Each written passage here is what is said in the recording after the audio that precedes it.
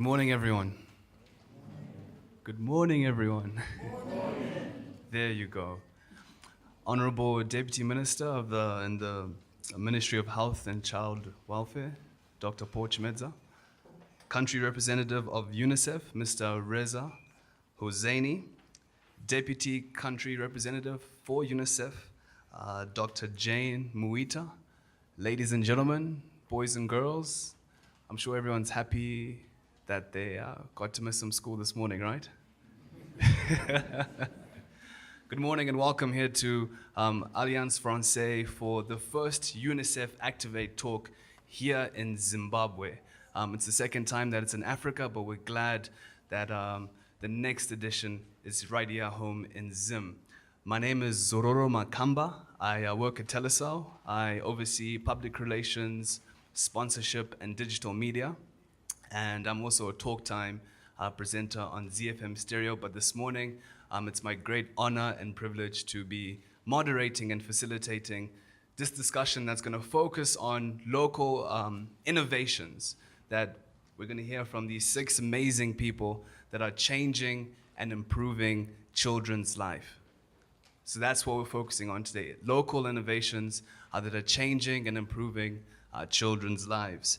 And also UNICEF will be celebrating their CRC at 25, and I believe that the country representative is going to go into a bit more detail about that and what they'll be doing to mark that occasion. Let me run through the agenda real quick. We're going to hear some remarks from Mr. Hosseini, as well as the keynote address from the Deputy Minister. And then we're going to hear from these 6 people while we're here to find out phones. Before we forget, let's put our phones on silent. Then we're going to hear from these 5 people, to hear about what they've been up to, why they're sitting on these chairs, and what they've done to change and improve our children's lives. And then we're going to have a Q&A session. Is there anyone who's on Twitter? Hands up. That's good, that's good. We're going to have a Twitter feed over here to my right, and the hashtag for this event is UNICEF Activate. Yes, UNICEF Activate. I was going to mix it around. UNICEF Activate. So please, if no one's going to take offense if we see your head down and you'll be tweeting on your phone. We hope it's not WhatsApp, but we want to engage people, as we call them, twimbos. In the Twitter sphere, so definitely contribute. I believe there's free Wi-Fi. It's Mavis. So those who have smartphones want to access free Wi-Fi and not worry about your airtime, please do log on so you can contribute on Twitter. There's going to be some closing remarks and we'll be done. So sit tight. Hope everyone enjoys this. Young people, we want to hear from you. We want you guys to come up and ask questions. We want you to challenge these people and tell us what you guys want now, what you want in the future, because you guys are the leaders of tomorrow. We hear that all the time. So without further ado, I'd like to welcome our country representative here for UNICEF to open this auspicious occasion.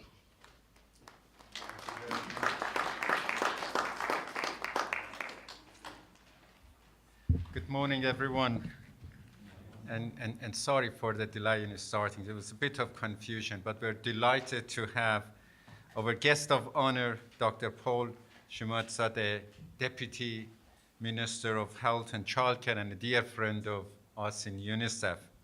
Also, I would like to welcome all of you, young people, children, adults, and especially to our innovators. Today is your day. This is, as you heard, is the Activate talk of UNICEF in Zimbabwe, the 2nd country in the continent that is conducting this Activate talk. And as you briefly also heard, this year marks the 25th year of the Convention on the Rights of a Child. And most of you children, that was a milestone 25 years ago where the governments of 182 countries, they came together to ratify the convention. In the lead up to commemorate the events on the 21st of November, UNICEF is organizing a series of talks on innovation for equity in 25 countries. So we are one country, Zimbabwe is one country among the 25 countries around the world that conduct this Activate Talk. What the event does bring, as it was mentioned earlier, it brings together experts, innovators, and thought leaders from all walks of life to discuss their innovation and how collectively we can change the world better for children. But let me just quickly say, why innovation for equity? Definitely the world of today is much different from the world that we had 25 years ago when the convention was approved. And also it's a different world for the children like you. When I was your age, the nearest phone booth, the nearest telephone calls were at least 10 kilometers away from where I was living. But where is it right now? How far is a telephone from you? How many of you have a cell phone? Bring it up. You see, it's not even an arm's length distance. So that's the way the world has changed. And also, if you look at the life of the children over the past 25 years, we see because of the efforts of a lot of people, for example, in the health sector, we have seen a sharp decline on maternal and child mortality. We see when we had the convention, more than 12 million children every year, they would die of preventable diseases. Now that has gone to about 6, a little more than 6. So there has been a huge improvement. However, what we see that despite all those changes, unfortunately, the world is not good for all children. Millions of children, they live a life of poverty, they are exposed to sexual abuse, violence, and also very often their opportunity for better life is robbed because they do not have access to services and they do not have access to equal opportunities. So as the point is that as the world moves ahead, is leaving some of its children behind.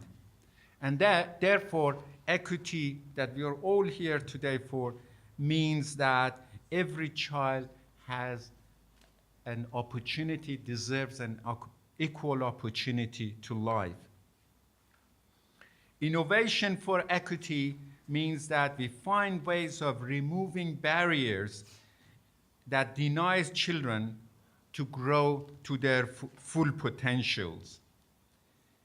Another thing about innovation, there was a time that innovation was very much a monopoly of the few in few capitals around the world. But the very fact that we have these innovators here, it shows that innovation now it's possible that it can happen anywhere, any part of the globe. And we in UNICEF, we hope that by having this activated talk, we will bring these innovators of the world together and help, first of all, help to, in the areas that we can help to expand and scale up the innovation that they have had, but at the same time tell the world that there is a bottom-up approach also to innovation that can actually make the life of, make a difference in the life of children.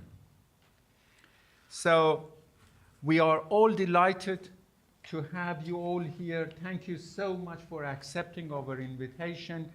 We look forward that our innovators, Zimbabwe innovators, they actually shine in the global setting that we will have in November in New York, and we set an example that some of the good work that you have done in Africa could also be seen and could also be heard around the globe. Thank you so much for coming here. I look forward to hearing the outcome of your dialogue with our innovators. Have a good day.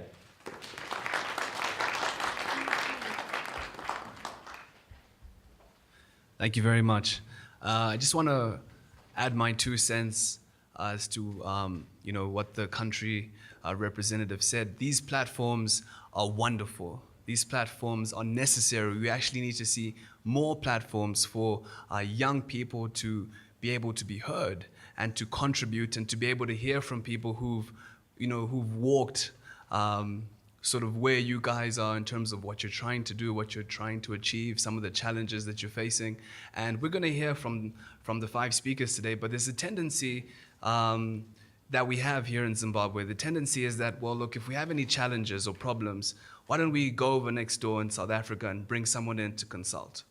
And I'm sure the deputy minister, you've probably heard, well, why don't we get someone from China, or we fly people in from India with regards to things in the health industry, or let's bring someone in from the West because they're established, they have a big name behind them, it's a well-known country. But we have people who are changing lives right here in Zimbabwe, and I think we should be able to celebrate that and really embrace that and begin to tell our story and push that, and I'm sure you're going to hear that throughout this morning, so that's just something to keep in mind.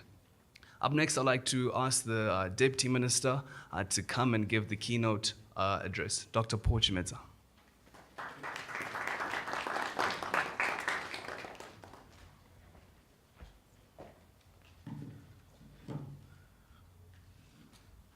Well, thank you very much, our Master of Ceremonies. Let me acknowledge the UNICEF resident rep, Mr. Reza Osaini, and your deputy and your team from UNICEF. Let me also acknowledge the innovators here. And this is an interesting platform and something like this, like he's aptly captured it, is something that we, as the leadership of the country, always get excited that we get our innovators here who really, at an intellectual capacity level, are able to do great things. Most of the time, they don't have the platform to do those great things, or for people to appreciate what they do. So this is really an excellent initiative for UNICEF. Let me congratulate you for running with it.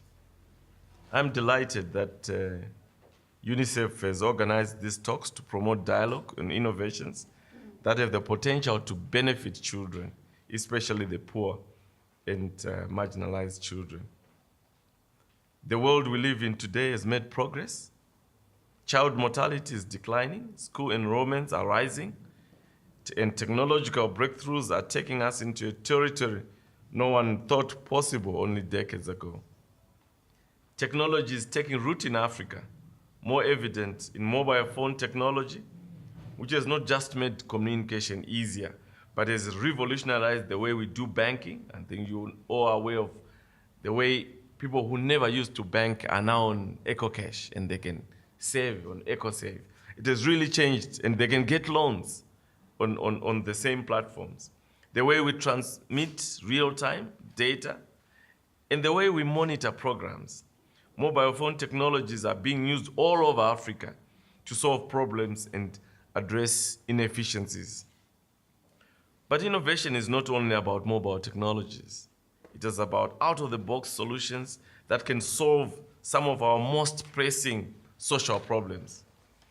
In this regard, Zimbabwe has always blazed the trail, especially in health and education. We were amongst the first African countries to adopt the expanded program for immunization and the supermarket approach. This meant that a mother and a child could access all preventive and curative services during a single visit. This has become now the norm all over Africa, but it was initiated here. You also hear of how low-cost water and sanitation inventions by Dr. Peter Morgan that have not only been adopted by the government of Zimbabwe, but are also widespread use all over Africa. These inventions have saved and continue to save countless lives. In education, Zimbabwe was a pioneer in involving communities in the running of schools. The concept was and still remains so strong that almost all primary schools were built without any monetary input from the government. Today, community participation is now regarded as an integral part of child-friendly schools. We need to recover our pioneering and innovative spirit. I challenge all the thinkers, the engineers, the doctors, scientists, technology enthusiasts to rise to the occasion. The social problems we face are well known. Lack of access to services, poor quality of services, and so on. But it's not always the case that the solutions lie from outside. And I think Mr. Makamba put it very well here that sometimes we look to the east, sometimes to the west, sometimes to the south, but we don't look to ourselves. And yet, we only start to make progress when we ourselves initiate change and pursue that change. So we're glad that it's happening, and we as government will really be backing this all the way. We need new ways of thinking, new ways of doing things, and we need to cultivate a very strong social entrepreneurial spirit, one that refuses to accept things as they are and seeks solutions that will better the lives of others. This is the essence of UNICEF's Activate Talks. It is my sincere hope that you listen to the presenters this morning. You will be inspired. As you listen to them, you will be inspired to be a problem solver, someone who will be remembered for the good that you brought to our nation and to mankind. I thank you.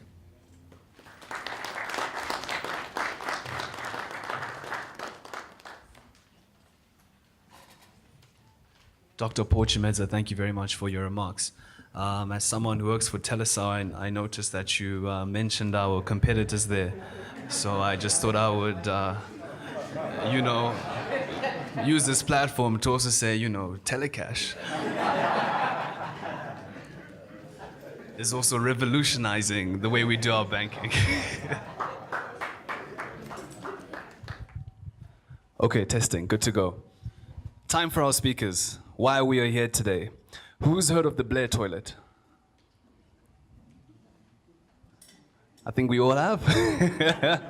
All right, on my far right is Dr. Peter Morgan. He has, for the past 4 decades, dedicated his life and work to improving water supply and sanitation through low-cost practical solutions. He is the inventor of the Blair toilet that serves more than 3 million people in our country. He invented the bush pump and continues to improve on his inventions and his passion to make them accessible to people from all walks of life. He holds a PhD in marine biology from the University of Hull and has done extensive work on ecological sanitation. King Carl XVI Gustaf of Sweden presented Peter Morgan with a 2013 Stockholm Water Prize laureate for his work in water and sanitation. And ladies and gentlemen, he's here tonight, this morning, to talk about water and sanitation. And you can follow his presentation on the screen to my left. Well, thank you. Thank you very much, Honourable Deputy Minister, Resident Representative of UNICEF, colleagues, friends, and particularly you young children. I'm a granddaddy. I guess if you didn't know that I was a granddaddy, I adore children. And I think that the little story I'm about to tell you this morning concerns school children and also a lovely project I've worked together with my very good friend and colleague, Annie Kanyemba, who is right now in New Zealand. But it's a fascinating story. Very, very briefly, I'll go through it with you. because I think it concerns all of you as well. And I've been amazed what young people can do. And there's no one of you out there that can't do the same. I've just got to work out the electronics on this one, but I think I should get it right. It's innovations for children in the wash sector. And, it works. Great. Well, I think the main thing that I wanted to say is that we all use innovations, all of us. And those innovations in the wash sector, as in others, are best, of course, also used by children. And there's no better place that can be taught than in the school. And I wanted to talk to you very briefly about the work that Annie and I have done, together with the school children and the staff there, in the area of hygiene, water supply and sanitation. That's the main thing. Well, you've heard about the Blair VIP. It was actually named not after a Prime Minister, but actually Dyson Blair, who was my great colleague and friend many years ago. Dyson Blair. Now, it's a technology which has been endorsed by the government of Zimbabwe for a long time. It's used in schools and, of course, private homesteads. But what I wanted to tell you about today is the fact that it can also be built by children. And special design changes have been made and methods of construction have changed so that it can be built by children. And that's very fascinating, because you'd think that children can't use cement or bricks. Of course they can. And there are some master builders I've seen about that big. They're brilliant. So I like nature. I'm a biologist. I like shapes and things like that. The spiral shape is very strong. But the innovation, in a way, here is the use of these wooden guides at the ends of the walls. That's the real innovation. And by using those simple guides, the children can use bricks and mortar to make a simple structure. And they enjoy it too, very much indeed. I've got to be quick. There's a lot more information that's available to you. We have just a few minutes. Hand washers. Well, hand washers are so important in our lives. I guess half of you here have access to a hand washer close by. What about the other half? And of course, the transmission of disease takes place so much through the hands.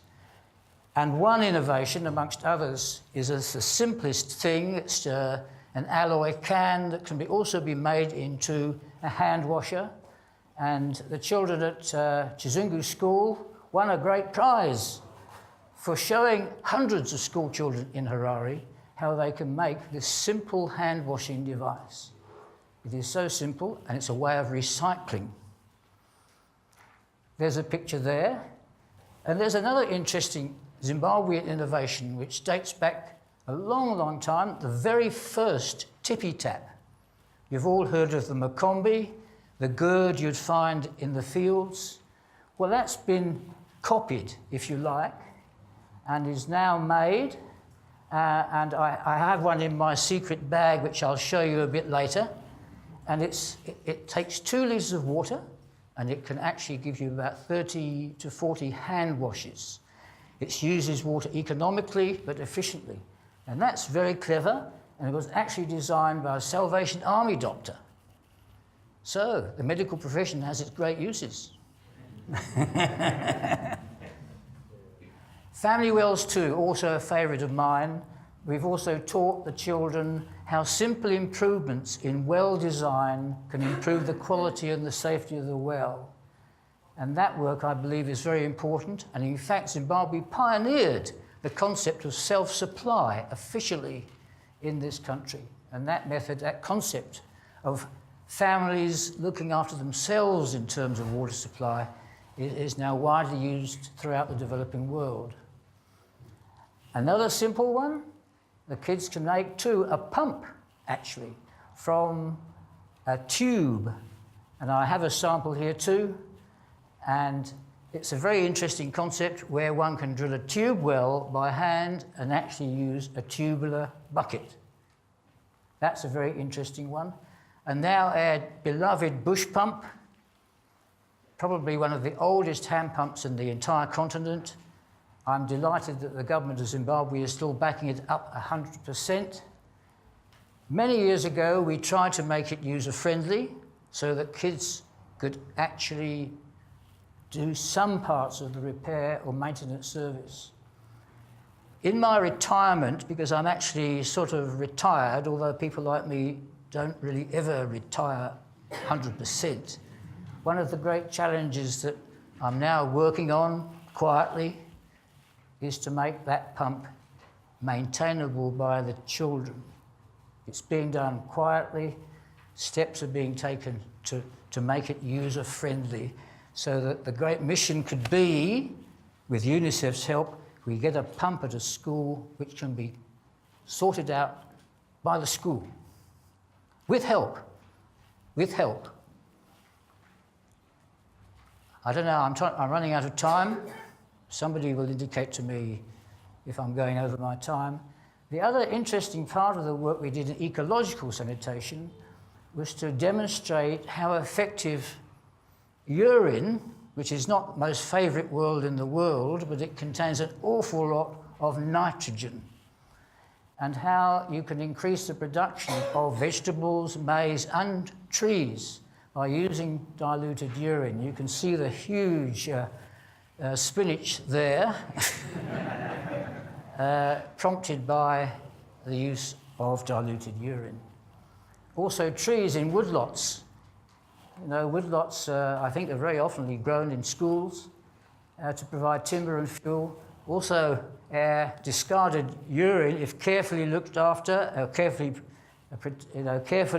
what shall I say, controlled, its use is controlled, can also turn those small seedlings into huge trees. And that's very interesting. And the conclusions, well, it's pretty obvious. These are some few examples of how school children can really get involved, can do things themselves, not just listening, but doing things. And they're so proud of what they've done.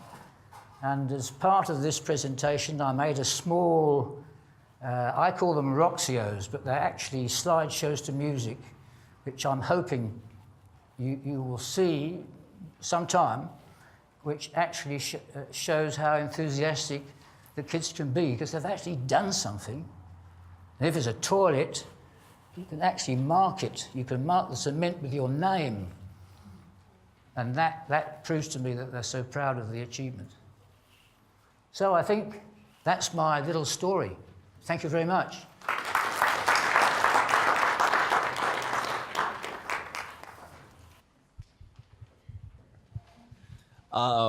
I stay on a farm just outside of Harare, and my mother and I, who's at the back, there's a few. Mom, you can stand up.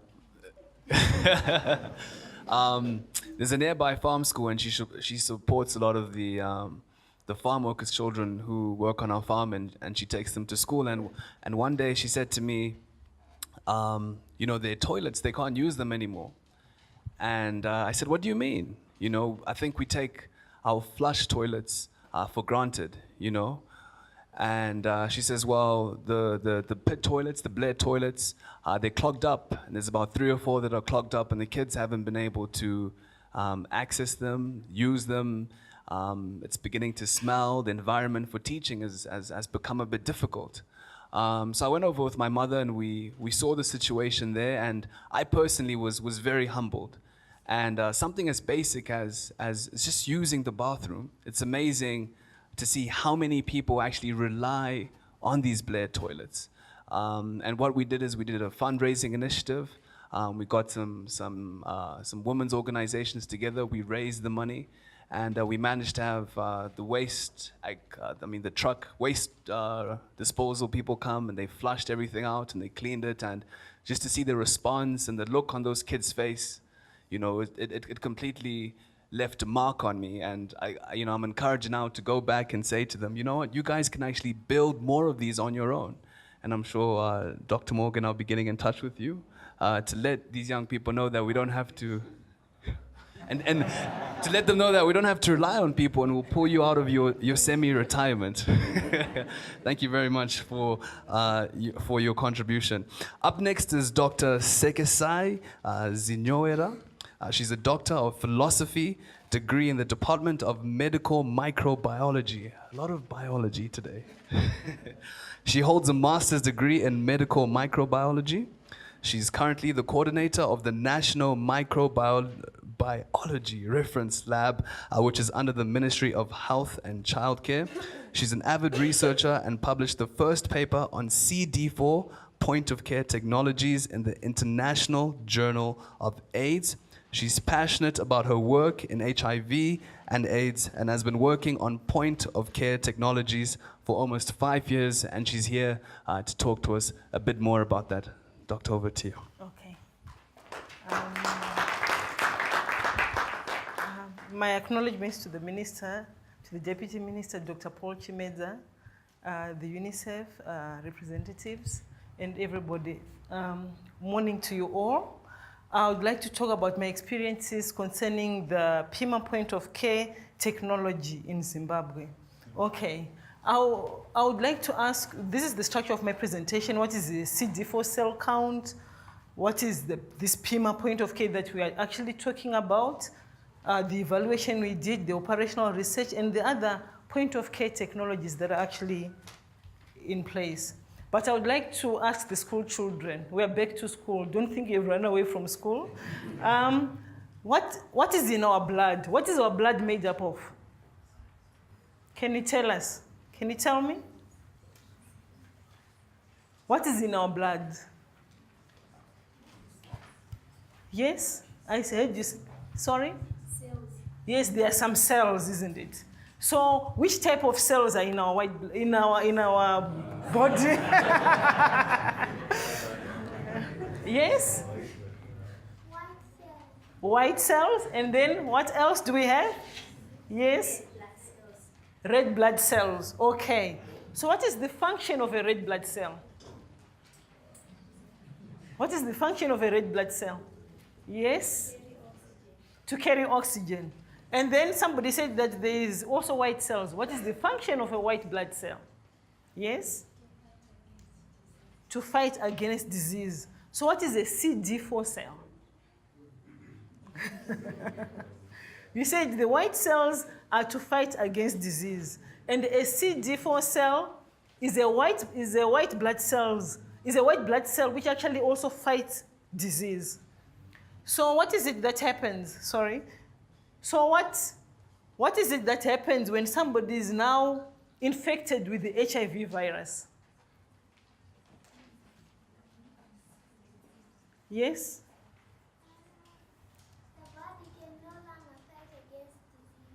What would the HIV virus done? Yes. So the HIV virus actually kills the CD4 cell, which is supposed to fight away the disease, isn't it? So why is it that important that we should always count our CD4 cell counts, our CD4 cells, so that we know how many soldiers we have that are meant to fight the HIV virus, isn't it? So it is actually important that people that are HIV positive will actually be able to know how many these CD4 cells that they have that can actually fight away the HIV infection. Because if you have too little, you're supposed to get a lot of treatment, isn't it? And then if there are many, then it's okay. So you're always supposed to be monitored. Okay. So usually when a person wants to get their CD4 cell count, they have to go to a big hospital so that this test can be done. But now, there is now what was called the PIMA point of care, whereby you can now get your CD4 cell count at a clinic being done by a nurse. You don't have to travel long distances. So the problem with what we had in Zimbabwe is that pregnant mothers, they also needed to have, those that are HIV positive, needed to have a CD4 cell count done. And they were told they had to travel long distances. You know how it is like in the rural areas, whereby you have to travel long distances in order to go to a district hospital so that you can get this. And also, sometimes you won't have the money for the transport money to get to that hospital. So what has now been developed is this thing that can, this small little instrument that is actually portable.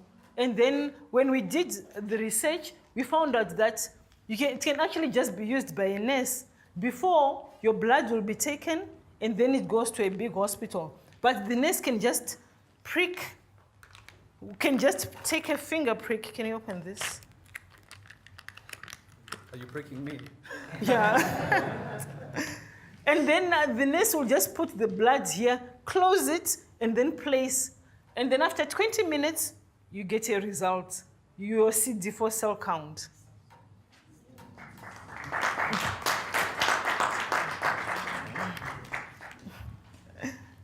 Okay, so that is what is available. So what we did in Zimbabwe, we actually said, let us, it came into the market, and then we said, let us test this to see whether it works. So these are the features of this small machine that you can actually get your results in 20 minutes, and you get just a drop of blood that is put as what is shown there. And then you just run the test. After that, you just get a printout of the results. And it actually says how many of those body soldiers you have.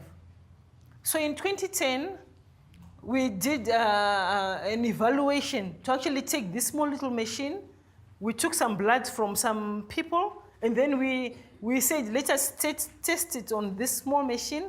And then we also did the same test on the big machine. And then we found out that the results are just more or less, they're just the same, whether you do it on the small machine or on the big machine. So we advocated to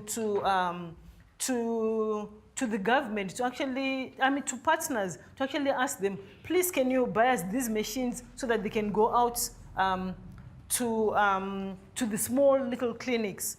And Zimbabwe, we're actually the first country to actually publish this work to actually say that this small little machine actually works in the same manner as the big machines, and it can also be used by nurses.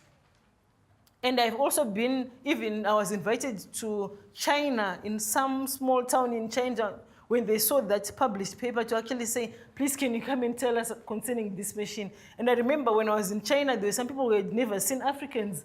They would actually rush up to say, look, I was like, I was walking on the moon, because people were just like following me, looking at me. So really, I had to go and also present to them that we have these small machines that can actually work.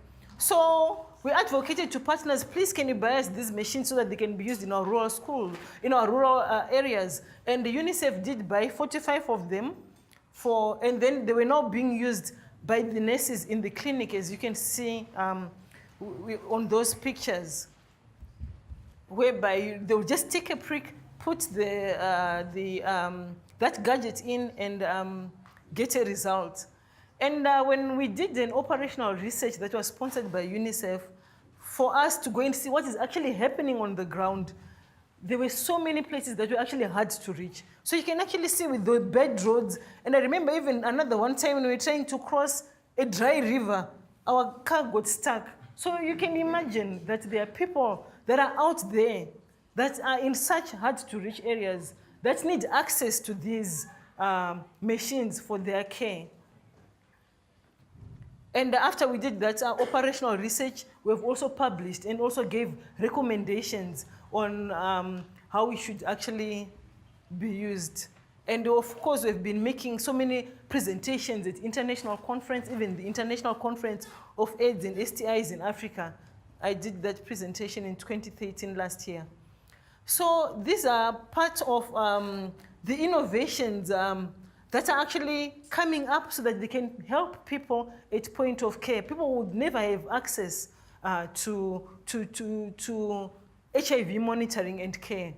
So there are actually a number of machines that are coming up, and we're actually even also evaluating them at our reference laboratory. And another one is to actually diagnose HIV in babies. You cannot do it with the normal that we do Because with the normal that we do, it has to come to a reference lab, and we have to process samples from throughout the whole country. But we want this test to be done at a point of care. Because the results come out after maybe 30 days, which is not good. We would like our babies to actually have results after 20 minutes. And then you know whether a baby born from an HIV positive mother is HIV positive or negative. So we are actually in the process of evaluating more new point of technologies that can actually be used at a point of care, at a rural clinic, so that mothers do not have to walk long distances or not actually just be able to go because they don't have money for transport. Thank you very much.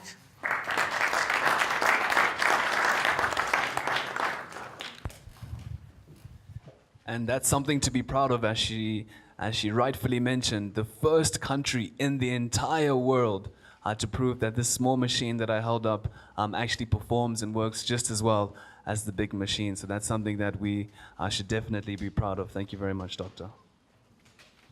Now, if you've ever been on Twitter, I'm sure all of you have seen Sir Nige. Whether you like it or not, he's either in your timeline or being retweeted into your timeline. And Sir Nige is extremely passionate about technology and community-based initiatives, and was a mentor at the recently organized Startup Weekend, which was held about 2 weeks ago and the first of its kind in Zim.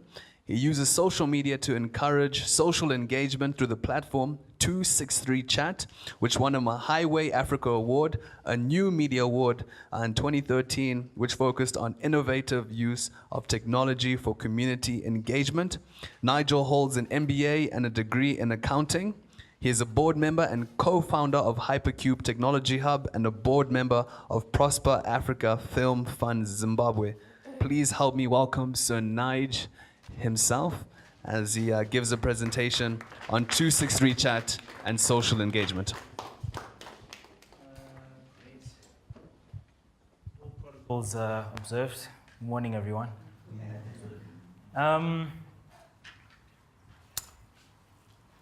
Just to kickstart, how do I? Yeah, here we go. So my real name is Nigel Mugamu, but as my comrade here said, some people call me Sir Nige. Even my mom calls me Sir Nige these days. These are all my contact details, and I love social media. I created over 18 months ago, I created a hashtag and a Twitter account, 263Chat. And at the time, it was just a hobby. I like talking, I like discussing, I like talking to people. I want to understand how the youth, how we think. I know 70% of the population are the youth.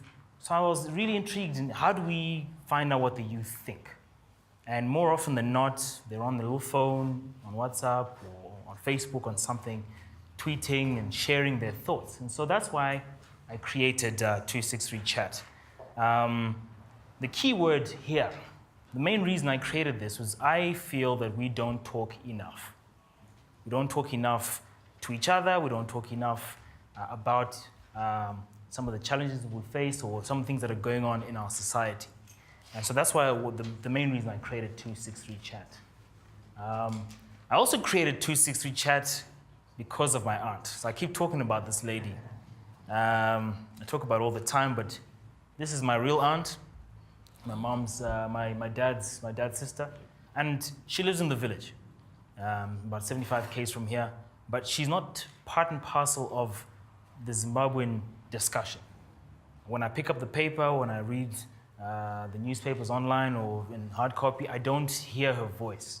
When I listen to the radio and I watch TV, I don't hear her story. And so what I wanted to do was to create a platform that allowed us, in the long term, to be able to include her and her life in our daily conversations. So it's just some interesting stats on Zim. According to the latest census, so 67% of the Zim population live in the rural areas, and 52% of the population are women. Those two stats represent my aunt. And as I said, she's not included in the discussion. So what are the 263Chat objectives? The idea is effectively to create local content. You want the journalists and so forth to pick up some of the conversations that we're having and actually write stories or produce films or whatever on some of the stuff that we're talking about. We also wanted to help Zimbabweans and non-Zimbabweans understand Zimbabwe better through dialogue. I also wanted to create this, to crowdsource some of our solutions. So let's understand issues like domestic violence. You know, how can we stop that, or how can we reduce that? What are the issues that are taking place in society? And I also wanted to change and influence, in a small way, the Zimbabwean narrative. I'm tired of us talking about politics and diamonds and politics and diamonds and politics and diamonds. You know, I'm not a farmer, I'm not a miner, I'm not a politician, and my aunt certainly isn't one of those people, but her story isn't being told. And I wanted us to sort of talk about our real reality. And of course, the ultimate aim with 263 Chat is to somehow involve my aunt in the daily conversations going forward. So we've got a couple of projects that we have, 263 Chat projects. We have a weekly 263 Chat discussion on Twitter, Facebook, currently every Tuesday at 6 p.m. We also have 263 Chat live events, so we meet in a room like this and we talk, we have a panel of experts, we try to get a policy maker, and we also have 263 Chat interviews that we now host.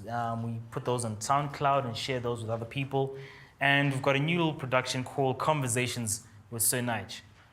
So we sit down, Sir Nige buys you lunch, breakfast, or whatever, and we sit down somewhere and we have a conversation, we just talk, and someone comes and films, and we try to create a show, basically, based on your conversation. And then, of course, the big project that we're working on behind the scenes, no longer a secret, but we've got a 263 Chat app that we're developing. So we want to increase the dialogue, we want to find out what people think, raise awareness and so forth, and we think that it's important to actually have an app that does that. This week, we spoke about GMOs. So here's an example of a tweet from someone. These are just some of the kind of comments and suggestions or thoughts that people have. And what we're doing is just to try and encourage people to have, to share, what do they think. So here's a classic example. People need to be fed. We have a populace surviving on a meal a day. If it'll alleviate that, then why not encourage GMOs? That's a thought there. Another one, the issue of GMOs has already gone out of control. We just need to go with the flow. That's another thought there. Another thought here, a nation which doesn't feed itself or supply its own food is weak and subject to foreign control. So these are some of the thoughts regarding GMOs, and we had this discussion just this week. Then, of course, the day after, so on the Wednesday, I think Wednesday morning, this guy here said, look, GMO debate yesterday revealed the depth, knowledge, and wisdom people have. A pity policymakers don't crowdsource ideas. So this is the kind of work that we're trying to do. We're trying to put it out there. It's out in the public domain. It's on Twitter, Facebook, whatever. It's not a secret. But we just want people to talk, and I was hoping that policymakers will listen. Some of them are listening. Some of them. And they tend to be the younger policymakers who are listening. In some cases, I'll actually keep these conversations, I storyfy them, and then I actually send the relevant policymaker and say, look, did you know that this is how people feel about health? Did you know that this is how people feel about this? And that's the kind of stuff that I do behind the scenes. With the 263 Chat live events, so this was last week. We had the Honorable Opa Shinguri and a representative from Zambia and another local one, a local lady. We're talking about child brides, and obviously that affects some of the kids here. We know someone or someone in our family, or that kind of thing. And we just wanted to talk about it and raise awareness and say, look, this is actually taking place. It's not a foreign concept. It's not taking place in Botswana or South Africa. It's actually taking place here. So here's an example of our live events. We've obviously got an audience, because it's important to have an audience so they can talk and share their thoughts. This is a lady, I believe, from the UN, I think. She's sharing some information, and there's obviously an audience, as you can tell. We're just talking about child brides. My other project, the other projects that I'm involved in, I'm a co-founder and board member of Hypercube Tech Hub. And the idea is I believe in tech. I really think that tech can solve some of Africa, Zimbabwe's problems. So what we try to do with Hypercube is to try and encourage collaboration, people to come through and work on various projects together. Sometimes we feel that, I've got my project, someone's going to steal it. And what we're saying is, you've got a similar project with someone else, why don't you collaborate, and together you can actually produce something that's bigger and more useful than what you're creating alone. So we've got a hub, we're based in Belgravia. Our operations manager is actually right here, Tabs. 2 weeks ago, as my brother here said, we hosted Startup Weekend. So the first of its kind here in Zimbabwe. I think they have 100 of these events, or they've had 100 events in different countries, different cities. And the idea was to get a whole bunch of people together. I think 70 people pitched their ideas. The crowd, interestingly enough, the crowd was a democratic system. The crowd chose 11 of those ideas, and we spent 54 hours working on that idea throughout the weekend. We've got some of the guys who were actually there, one of the guys with the 11 teams. And my role in this was to be a mentor. So I mentored the group that I was involved in. This is the group. That's me on what's this hand here, the right. These guys they're still working on it. The thing is called Students Online. The idea is, when you're looking for information, you want to go to, you guys are young guys, right? So you want to find out which school you want to go to for Form 1 or whatever. Is there a website, a one-place portal that allows for that conversation to take place? So these guys are working on that. And I'm still mentoring. We still have a WhatsApp group. We still talk and so forth. So that's the kind of stuff that I'm involved in. In conclusion, as I said, I think the use of technology is vital, in my mind, in solving some of Zimbabwe's challenges.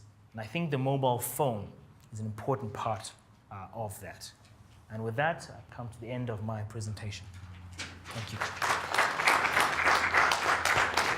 Who will hand over next? Thank you, Nigel. Is there anyone in the audience who's 15 years old? Oh, Yeah? At this startup weekend, there was a young man by the name of Tadiwa, and he was part of the team that came second. And can you imagine there's 15-year-olds who are contributing and coming up with ideas that are sustainable, that can create employment, that can help, build a community. And I actually had the pleasure of interviewing the interviews on my program and the winners on my program. And one of the winners from the winning group was 18 years old. So these are young people coming up with these ideas, young people spearheading them. And I alluded to platforms earlier. That's why these sort of platforms are necessary. And Jonathan Whittaker said to me on my show, he said, if we didn't have Startup Weekend, I probably would have been at home doing nothing, watching DSTV. But because this opportunity availed itself, I was able to come, collaborate, share ideas, and here we are with the project that we believe can make an impact. And that's one thing I want to mention about Sir Nigel. He's always online. I remember on his birthday, I was mad at him. I didn't tell him. On his birthday last year, he was probably on Twitter more than ever. And everyone was saying, Sir Nigel, enjoy your birthday, get off Twitter, take one day break. But he's constantly working, he's constantly talking to people. And you'll see him throughout the rest of today's discussion. He's going to be online and probably, giving people some feedback on what he just talked about. So Sir Nigel, your passion is very, very, it's admirable, and I encourage you to keep it up.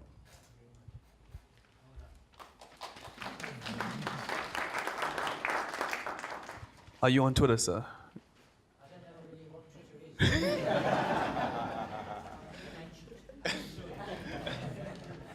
Moving on to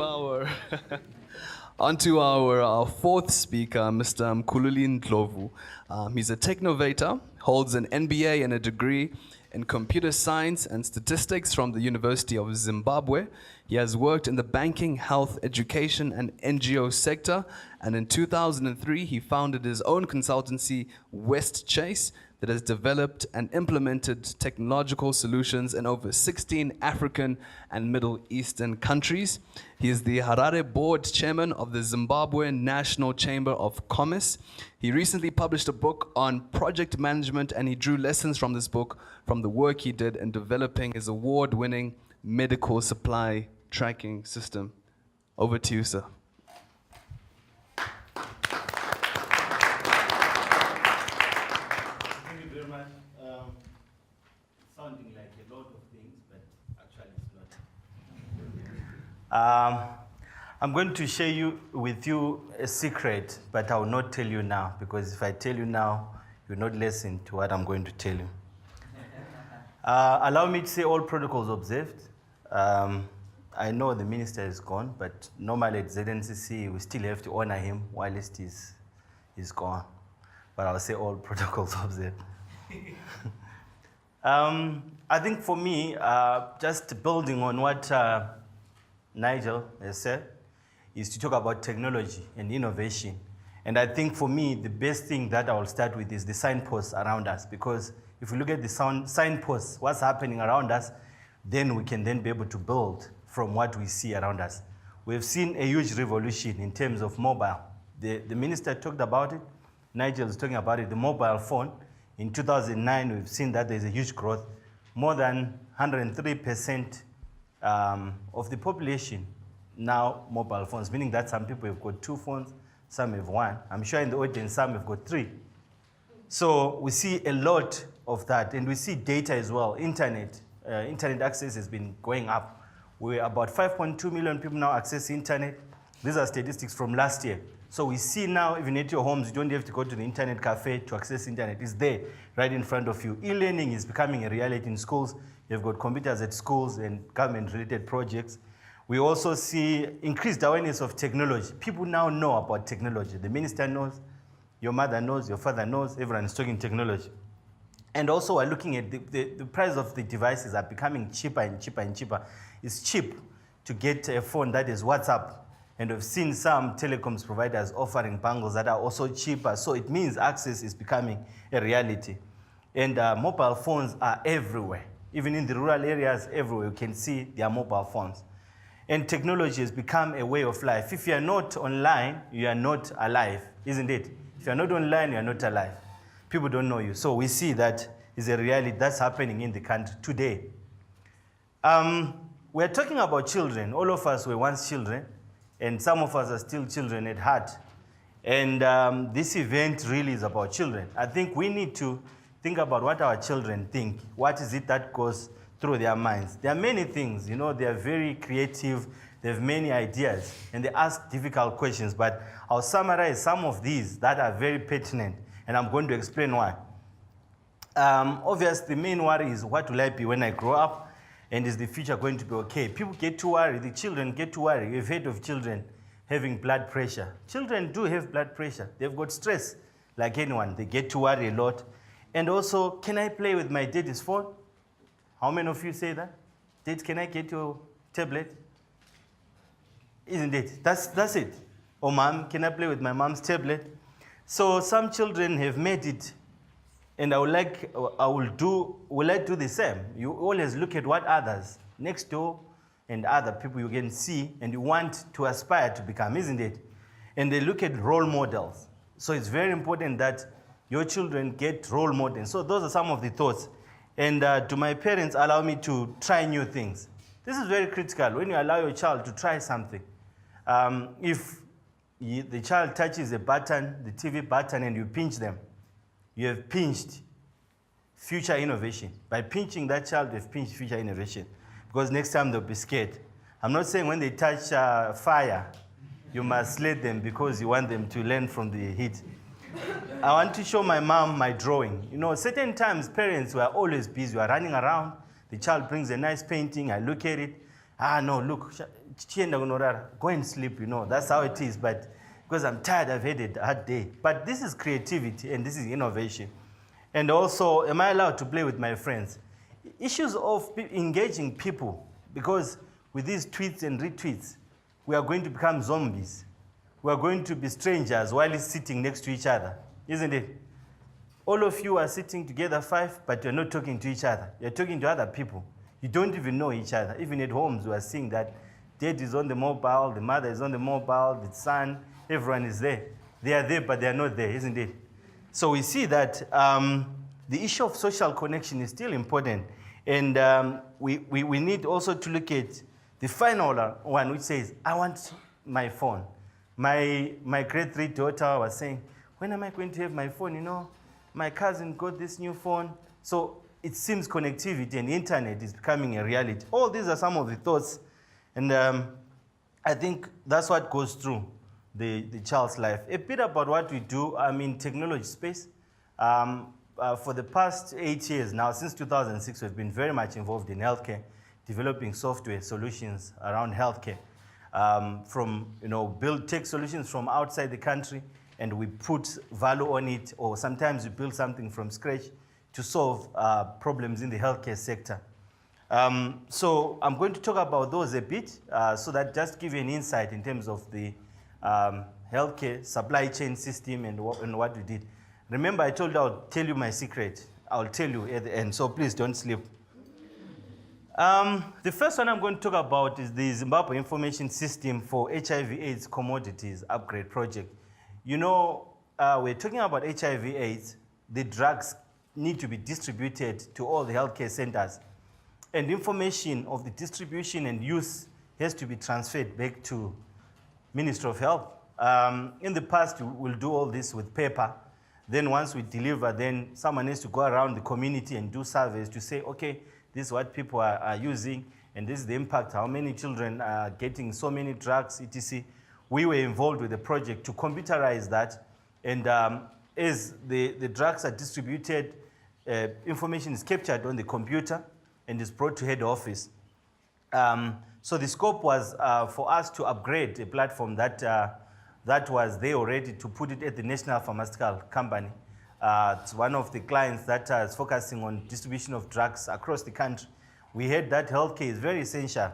It's one of the issues of society. Healthcare and education, like what the minister said, is very, very crucial that people can access medicine quite close. You saw how difficult it is sometimes to cross rivers to access, but in this project, we're able now to bring the medicines close to the people. Not only that, but get feedback to say the use, how many regimens, they call them regimens, were used by children, how many regimens were used by adults. So what happens, these reports in the past, they'll be brought by SWIFT or these courier companies. Now they come electronically and they are captured, information about the ART as well as the male circumcision.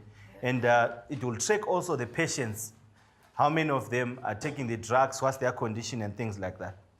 So the system assists in processing and management of reporting information and analytic decisions and forecast demand, because from what is happening, the statistics, you're able to see whether it's over coverage or under coverage. In so doing, you're able to save lives. So this is one of the projects that we worked on. And another project that we worked on, still within the same client, but funded by another donor, is a project around logistics management, meaning that we're able to calculate and count how many drugs we're distributing at each, about 1,600 centers. And this particular project won a global prize in terms of what they call the Global Science and Technology Prize.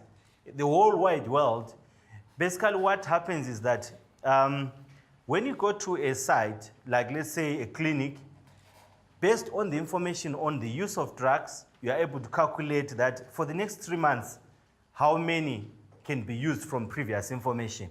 So what happens is that every quarter, trucks come, they go loaded with drugs and a laptop.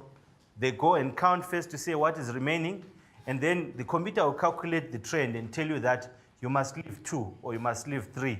Or if they were not used, you would say pick up 3, and basically the truck becomes a rolling warehouse, meaning that data in the truck is on the computer. In the past, that was done using paper and pen. So you can imagine now how long it took for you to get the trend analysis. So this actually had a huge impact, because this project is about distribution of HIV test kits and antiretroviral drugs, as well as contraceptives and other fertility products. So with these projects, we have worked on it since 2006, and we've been constantly upgrading it for the Ministry of Health. And like I said, it's won a global award. So this, and also one of the ideas that came out of this was copied to Nigeria.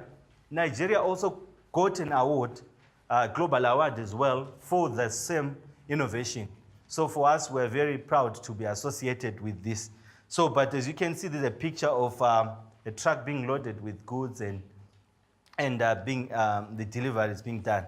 But what are the lessons that we've learned? Is that technology innovation in healthcare have benefited both the lives of children and adults. Because we know that two things are important in any society, education and health. And if you can be able to understand how many drugs are required and also how many are being used, how many lives are being saved, we are able to make a huge, huge impact. And also by bringing medicine closer to the people, you get to get a lot of feedback. In the past, they will go to central hospitals or district hospitals, but we see that technology has helped things to, to be known here in the head office, while using a computer. In the past, it took some days. So information gathered is then helps the ministry to make informed decisions in terms of what's really happening. Remember the cholera situation. Without technology, it was difficult. You find an area will have too many drugs, and then the other area not have any drugs, and you see that the other side, the drugs expire. On the other side, there's nothing, and people die there. So by building a solution, you are able to rationalize the two. And also the issue of timeliness, timely deliveries of the drugs and also information has been useful because it actually helps the marginalized communities as well. Instead of them traveling long distance, they are able to get the drugs quite near. And then also the information gathered, it actually gives a positive impact to the society because of the visibility of what's really happening out there. And also technology gives you quick wins. Imagine in the past getting data, you will need maybe 20, 30 people to go with forms, each community filling, then you take it into a bus, you pay for that and so on. Now we're talking maybe 2 or 3 trucks, 3 laptops, collecting information from 1,600 districts. So that's quite a huge impact and saves a lot of cost. And at the end of the day, we're about saving people's lives and children to become more healthy. We've heard of mortality figures. We are reducing those using technology. But I'll end by talking about what are the opportunities in technology. In the past, for you to become a successful person, you needed to build a factory, you needed a lot of money, you need to build machinery, everything.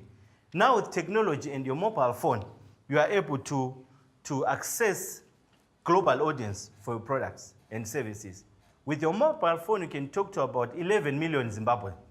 In the past, you needed an army to reach each of the corners of Zimbabwe to sell your products. So it has made things much easier.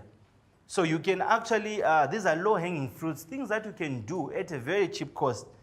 And the mobile phone also opens innovation to millions of potential consumers. Like I said, as well as the global audiences within the internet. Say Naiji, I will tell you how many people he speaks to. I'm sure millions all over the world.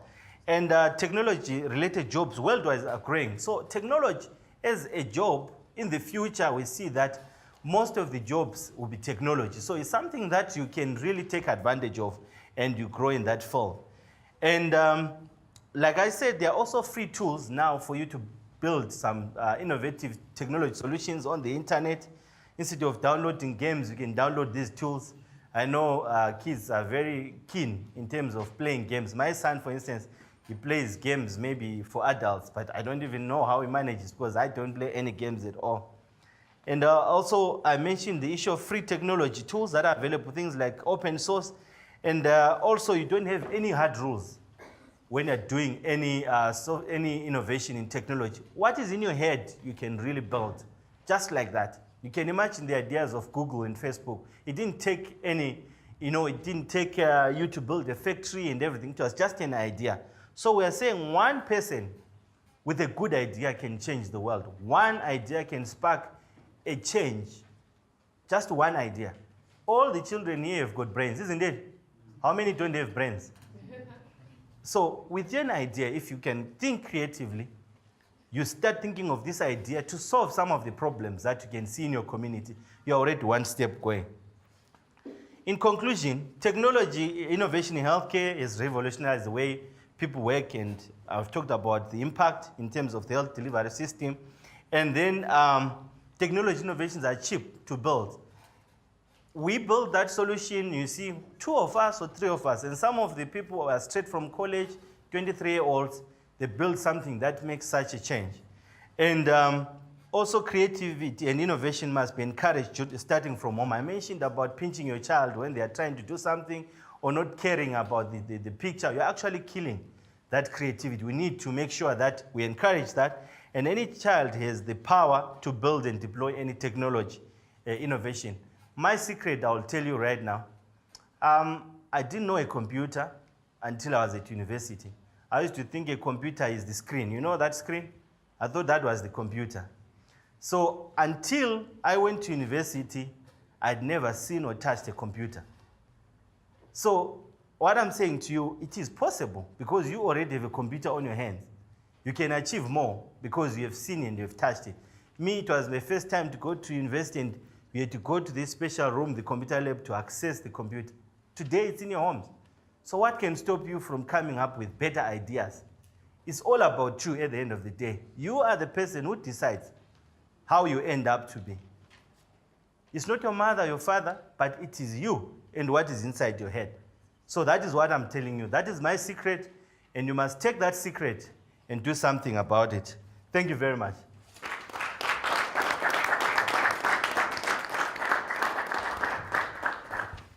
Thank you, MK, for your contribution. For the young boys and girls, how many of you have grandparents who are struggling a bit with their hearing and you sort of have to shout when you're speaking to them? Hands up. Okay, we got a few. I can put my hand up too.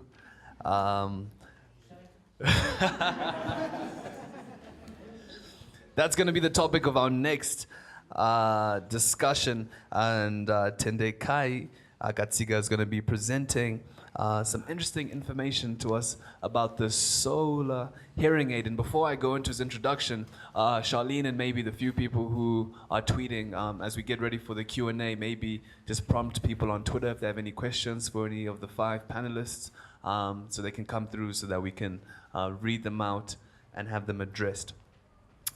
He attended Micronix Technical College in Canada.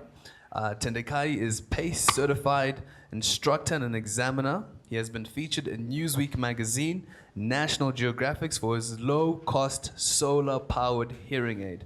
The hearing aid has been distributed in Africa, Brazil, India, Jordan, and China. He has won a South African Designers Award and National Design for Development Award. He believes that disability is not an inability. So please put your hands together for Tendekai Katsiga, who comes to speak to us about the solar ear.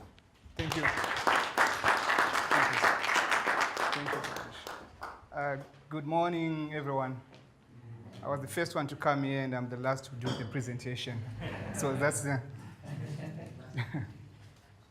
Mine is a story. I'm going to tell you a story.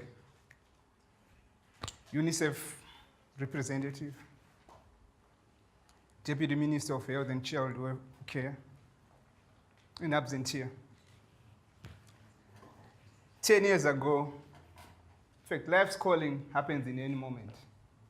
Mine took place in a shopping mall. I met a boy called Tendai. Tendai brought a newspaper to me. He wanted to know the contents of the newspaper. Tendai couldn't read. I wondered why a 10-year-old boy couldn't read. But Tendai is hearing impaired. He's deaf.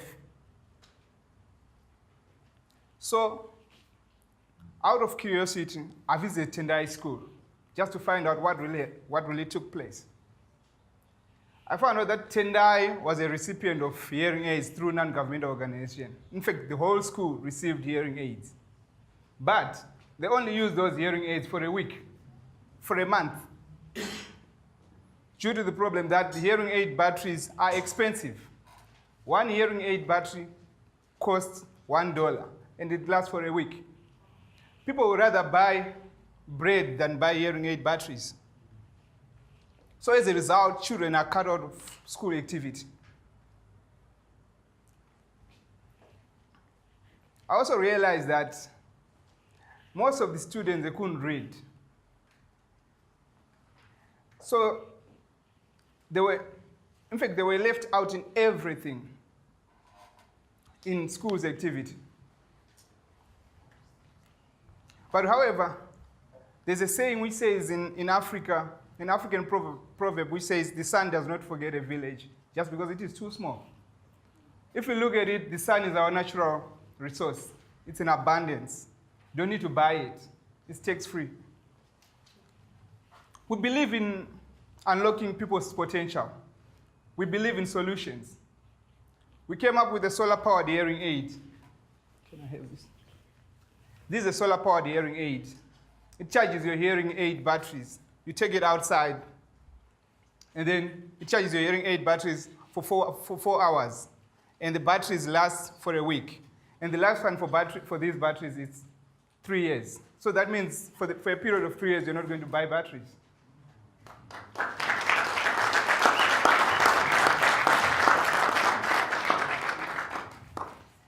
10,000 units have been distributed throughout Africa. And we've managed to send 5,000 children to school with a solar-powered hearing aid. Our products enable a child to develop their hearing level, to develop their speech, thereby presenting them with an opportunity to go to school. We believe that through education, we can break the cycle of poverty. We hired hearing impaired people to develop this solar-powered hearing aid. So it's people who make what they use. Our workers are hearing impaired. We have distributed 2,000 units in Zimbabwe, solar-powered hearing aids, through Mercy Corps and Zevesenda and Mutare. Our main focus for Zimbabwe is for Zimbabwe to become the center of knowledge in Africa, in innovation and design for better hearing devices. Let's fast forward 10 years up to now. This is Tendai. He has become the instructor of hearing impaired people. He has become a world class. He's going all over the world training hearing impaired people on how to do the assembly of solar chargers. Through education, we can break the cycle of poverty. Well, this is now Tendai can hear his father speaking. He can hear his mother singing. Tendai loves to dance to music. My fellow visionaries, my fellow countrymen, I invite you at this moment to dance with Tendai. Thank you for your time.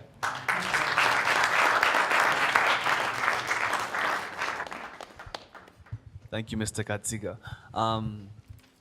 Mama, who's doing the sign language? Any feedback from the kids? Do they have any questions, maybe regarding this particular presentation that we just heard? Please.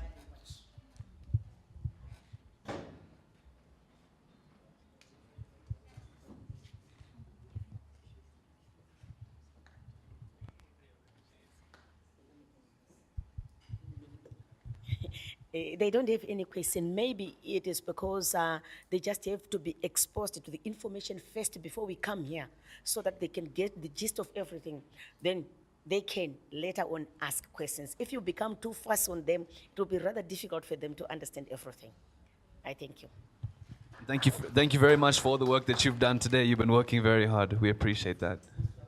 We will now want to open it up to you, the audience. We've just heard 5 fantastic presentations from our speakers today, but we want to hear from you. What do you guys think? Do you have any comments, any contributions? Do you want to challenge anything that you heard today? This is your platform. The floor is now open to you, and I can swing around with the microphone. And when you ask your question, just introduce yourself, your name, what you do, and then proceed with your question.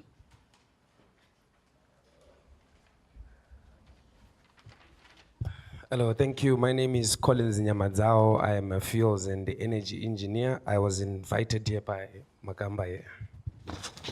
I have 4 questions. To Dr. Morgan, it's an honor meeting you, sir. I thought the Blair toilet was invented thousands and thousands of years ago, and it's an honor to see.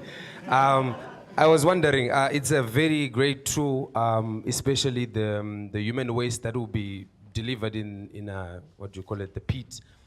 But has there been value addition to the what do you call it, to the human waste that will be there, like you're talking about urine, about the human waste, the gasification of the human waste to produce biogas for the people? That would be with the Blair toilets. And to Dr. Zinyowera, I know 30 days compared, 30 days is quite a long time to get your CD4 count. 20 minutes is like very, very good, but I'm wondering if we could make it any faster than that, if it is possible.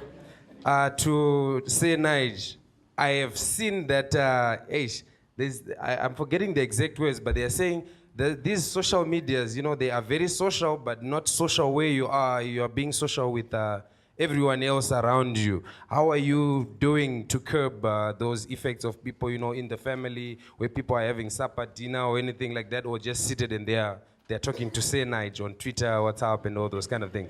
And to Mr. Nkululi, just a wild guess. I want to hear your contribution. There's someone who told me that I will not be satisfied with technology until I can download food.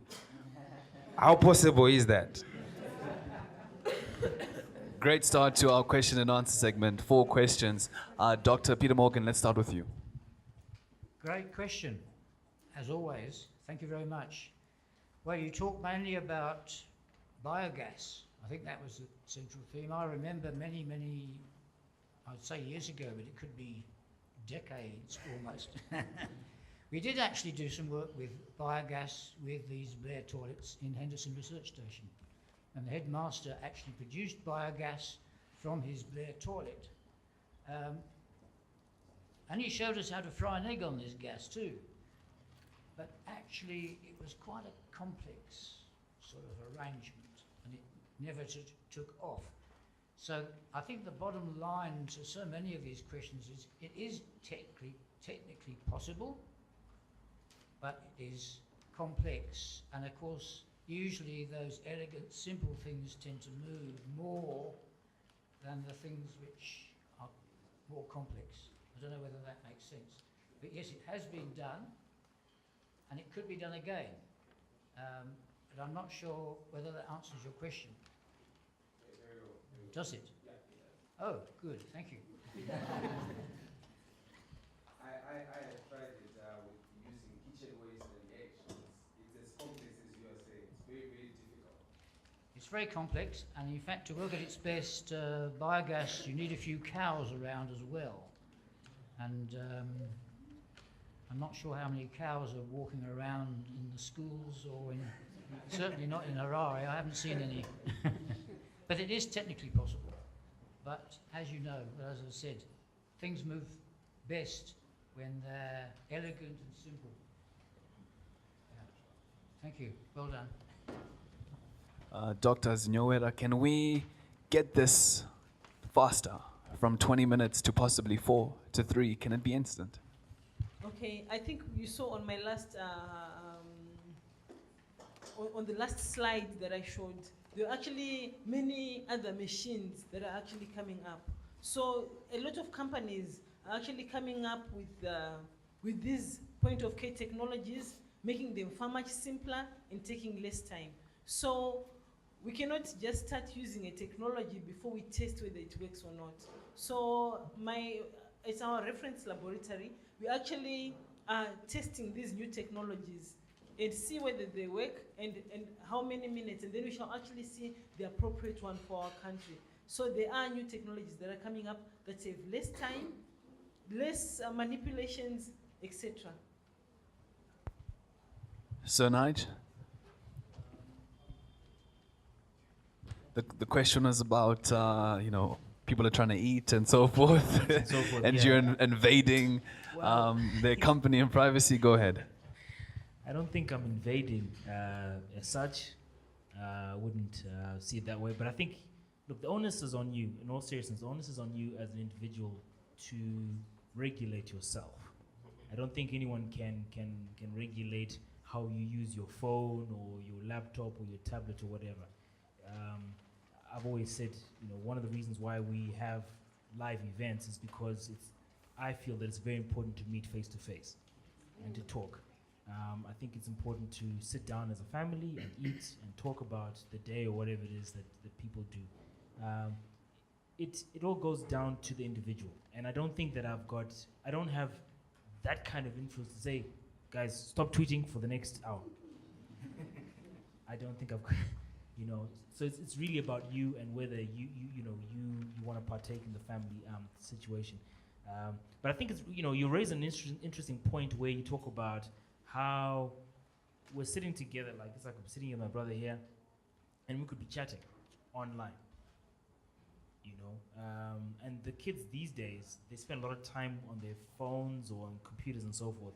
For us, when we were growing up, my dad would change the tire, and we would spend the whole holiday just pushing that tire around the yard, and that was fun for us.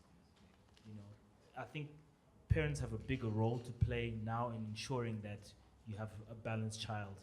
Not too much TV, not too much tech, not too much, balance, moderation. My mom a couple of days ago was saying, look, we're in the same room, we're watching TV, can you get off your phone? But that was sort of my time because of work and everything to sort of catch up on what was happening in the day. But I understand what you're saying. And also I think there's a time and place for everything. When you're having dinner, that's the time when everyone's around together, catch up with, with each other. And on the day's events, when you're having breakfast, before you go out, tell people what you're going to do. So like Nigel said, it's important to pick your moments. I definitely agree with him. MK, can we download food? When are we going to be able to do that? Interesting question. Technically, you can't download food, but you can. I'll explain why. Because the way we hunt now, in the past we go to the forest, we look for food. Today is the same. When we're doing marketing, we go and meet people. So the internet allows you to meet people, and then you convince them. So it comes to you how to charm them so that they trust what you are saying. And one way is to make sure that you create a very good picture about yourself on the internet. For instance, if you put a name that is a bit not interesting, that's a bit rough, you're looking for a job, then I look at that name, then perhaps that's not the right guy. And the conversation that you say, I look at it, I see, this guy has got a funny mind, I will not take. So you need to dress yourself up nicely so that when people look at you, they portray you in a certain way. I will tell you myself, the technology world has given me a lot of opportunities.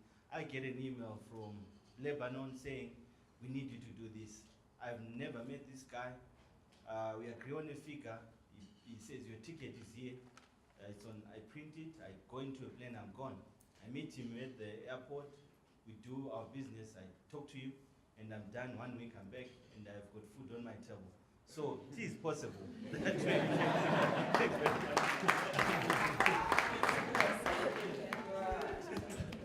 Cheeky answer there.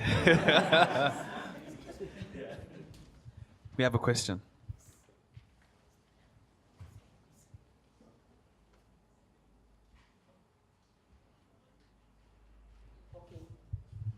He is asking about the hearing aids. He is saying, where are they being sold? I'll do the sign language with you. Okay, I'll also talk. Here in Zimbabwe, we sell them through Corps in Zimbabwe, center in Mutare. So you can talk to people in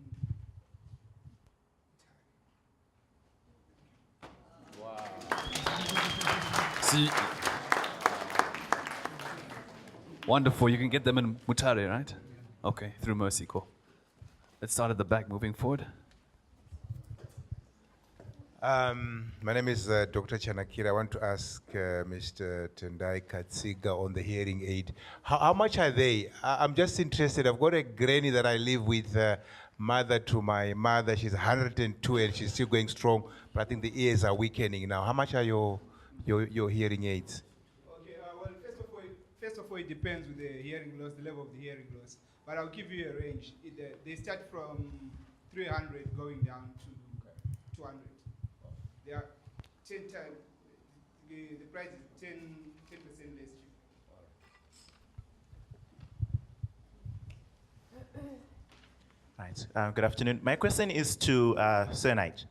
I'm particularly interested in how social media engagement is going on in Zimbabwe. So my question is, why Twitter? Of all the social networks that we have, that we're using in Zimbabwe, I mean Facebook, WhatsApp, why particularly Twitter? Good question. The reason why I chose Twitter was, see, if you Google my name, so Nigel Mugamba, my real name, my government name, you'll find Sir Nigel on Twitter.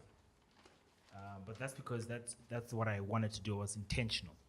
Whereas other people don't want to be known on Facebook or on Twitter, should I say. They want to be anonymous because they want to share, maybe it's sensitive for work or the personal life or whatever. Twitter, the one thing I like about it is that there's a limit, 140 characters, right? So you kind of have to get to the point quickly. Unlike Facebook, where you can write a whole once upon a time, I bought a cow, then the cow died. No, just get to your point. And that's kind of what I need, something that's concise. Because when you go to a policymaker, and I do this all the time, when you go to a policymaker, you want to show them that tweet. Honorable so-and-so, this is how people think. Did you know? Now, when it's a Facebook post, there's 10 of them, they're not going to read. I want something that's quick, and I wanted that the anonymous. I wanted it to be anonymous. Some people want to share issues about gay rights without their cousin or their aunt knowing. And what I realized as well is the kind of conversation that I personally had on Facebook, because people on Facebook tend to be my friends. They tend to be my aunt, my sister, my this and that. I couldn't get a real unbiased opinion. So I wanted to talk to complete strangers and get, this is what I really, really think. So that's why I chose Twitter. In fact, the app that we're developing, we're trying to make it so that, even if you're on WhatsApp or even if you're on WhatsApp or Facebook or whatever, we want to enable you to use however way you communicate. We don't want to change the way you communicate. We want to ensure that on the timeline on the actual app, that you can use whatever platform that's comfortable with you, while still ensuring that you are anonymous if you want to.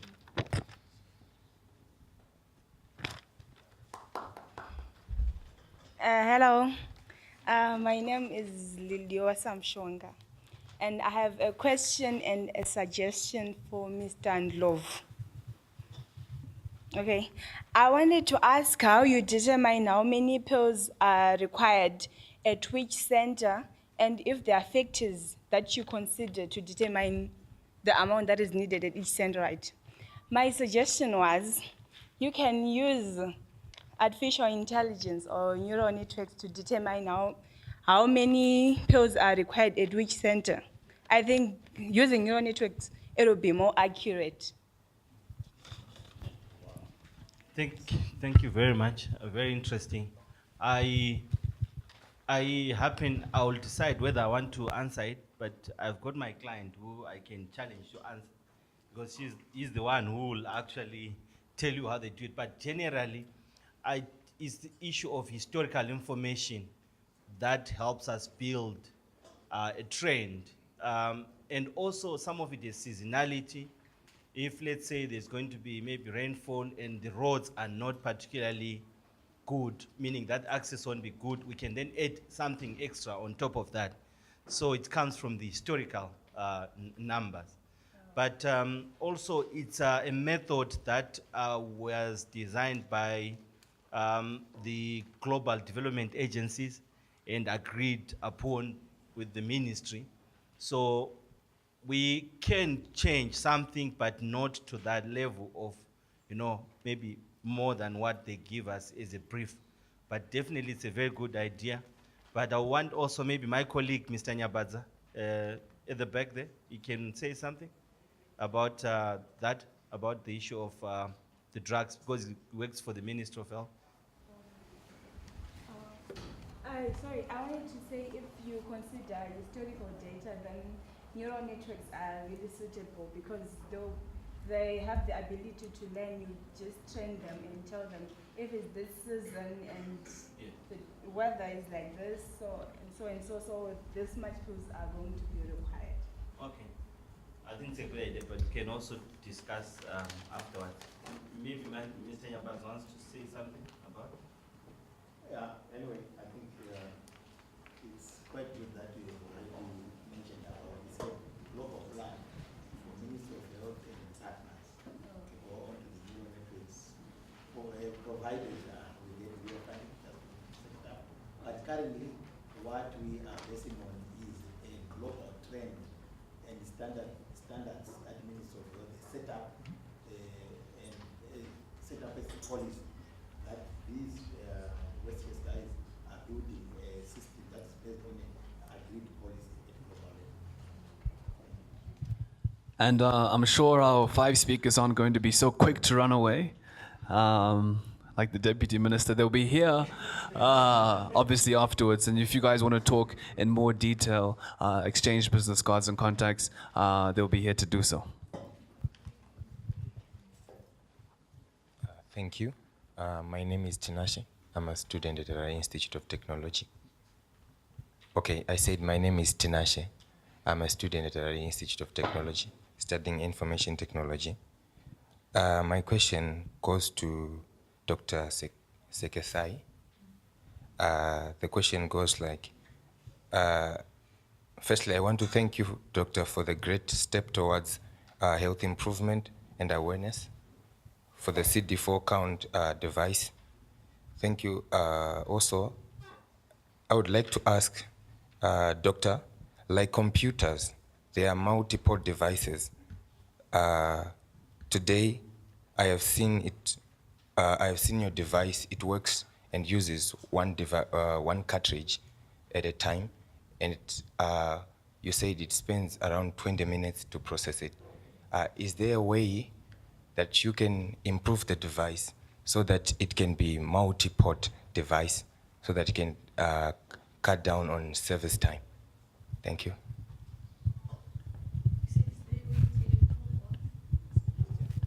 On service time, so I guess what he's saying is multiple ports, right? Okay. Multiple ports, 4 people can prick instead of waiting one by one. Okay. I'm not the manufacturer of this device.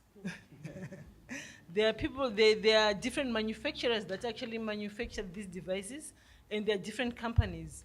And there are actually some that are actually being developed, is what you are saying, such that there will be less time, that you can put a specimen in a cartridge and make it incubate for whatever minutes, and there will be several of them that can be put, such that the time to put into the machine can just be 4 minutes.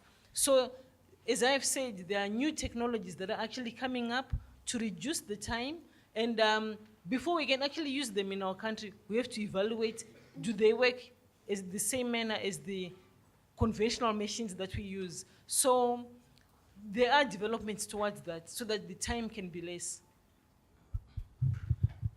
Going to take 3 more questions from the floor, and then we'll read some feedback that's coming up on the screen over here. I think some tummies are beginning to rumble.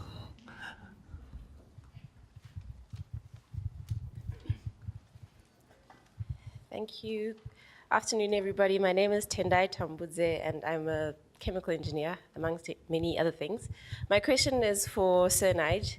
Sir Nige, you mentioned your aunt, and I also have an aunt. And if I think of 263 chat and the gap between what we're talking about and addressing our aunt's issues, I can still see quite a large gap, because my aunt is not on Twitter. She's never going to get on Twitter. She's also in the rural areas. So I just wanted to ask, how are you getting closer and closer to talking to my aunt and your aunt and them talking to us on that platform? That's a very good question. That's something, I guess, just in short, Rome wasn't built in a day. This idea went from a hobby to now what I now do every day. That question is something that until I've figured that out, I haven't won yet. Basically, we now use WhatsApp, for example. So you can share your thoughts. So you might read somewhere on Facebook, or put it this way: my aunt's not on Facebook, but she knows about Baba Jukwa. Okay, and every now and again she'll ask, "Have they found out who that person is?" Okay, so that tells me something. That tells me that you don't have to be on Facebook or Twitter or any of these social networks to receive the information, right? You've got an aunt, I've got an aunt. There's nothing wrong with you and I tweeting how our aunts feel about water, service delivery, or et cetera, et cetera. So we can speak on their behalf. I often do. The app is a step in the right direction, I think.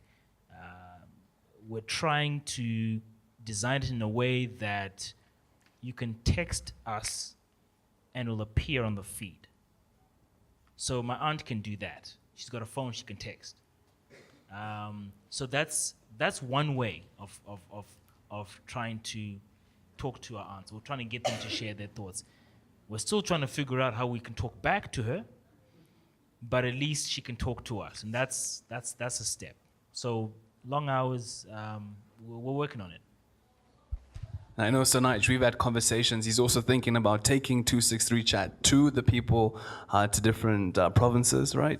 Yeah, so maybe the conversation could be at the village sooner than later. Hello, everyone. My name is Bertha Ndlovu, and I work for Westchester Learning Solutions. So I wanted to ask all the speakers, the question is basically to all of you. We are in Africa, and we have a lot of basic issues to deal with. I just wanted to hear from you in your different spheres that you work in, how you can engage the policymakers in simple language to make sure that the issue of innovation, especially with our young people who are coming up, just doesn't become a trend that one day just goes away, but it is embedded in our curriculum, in the schools, and we continue to encourage it because this is a first initiative and we're very thankful to UNICEF, but how do we continue the fight so that we do bring out those inventors? Equally like him, I'm just so amazed that the Blair toilet man is right in front of us. I can't believe it. But how do we get these young people to get to that stage, and it just doesn't become an innovation trend that came and went?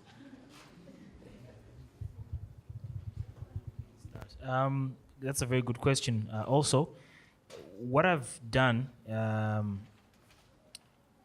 didn't tell you this bit, but I'm actually an accountant by profession. And 263 Chat is actually a media company. So I didn't study this stuff. I studied something else. I found my passion, found my purpose, basically. And that's what I do every day. What I've discovered is I'm so passionate about the dialogue, because dialogue is what the 263 Chat product, that's what it does, that I will knock on their doors. And I won't stop. What I've found is when I've spoken to policymakers, and I think I said this in the presentation, the younger ones are a lot more open to innovation. Some of them are actually on Facebook and so forth, right? But to the guys in front of us, the kids and so forth, just keep at it. Just keep, if you found something that you really enjoy or something that you are working on, just keep plugging away. So I will not stop. If I go to one permsec and he says, no, I don't want to see your email, I'll find another one. I'll find another policymaker. And that's probably why I'm sitting in front of you, because I refuse to quit. I suppose that's the best way I can answer that question. Thank you very much. It's a big, broad topic, but I'll just share my own thoughts. I think the first thing I said is about you,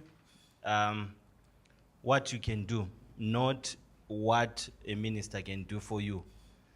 Oftentimes, unless something comes into reality, it's not known. Before the aeroplane was designed, it was something that's not there. So sometimes when we create something and we say, there it is now, it becomes very acceptable. So it's about you carrying on and pushing hard, but also the family side. You need to encourage your children to think creatively. And when you think creatively, don't think it's about computers only. It is about doing things different. There are some things that we do, maybe in terms of service delivery, that we could do better, maybe by changing the structure of one thing, and then suddenly we can do it faster. So innovation is not really about creating something new, but it's about cutting time, saving the little resources that we have, and maximizing the resources. That is innovation at the end of the day. So in the family structure, we need to encourage our children to do things much better, much faster. In the school system, we must start having innovation clubs. We had interact clubs where we discuss issues like what he's saying. We're talking Twitter is doing the same. We now innovation where we can then encourage our children. We give prizes to create something out of nothing using maybe any resources that we have. You'll be shocked that we've got too much resources within what we have. Too much.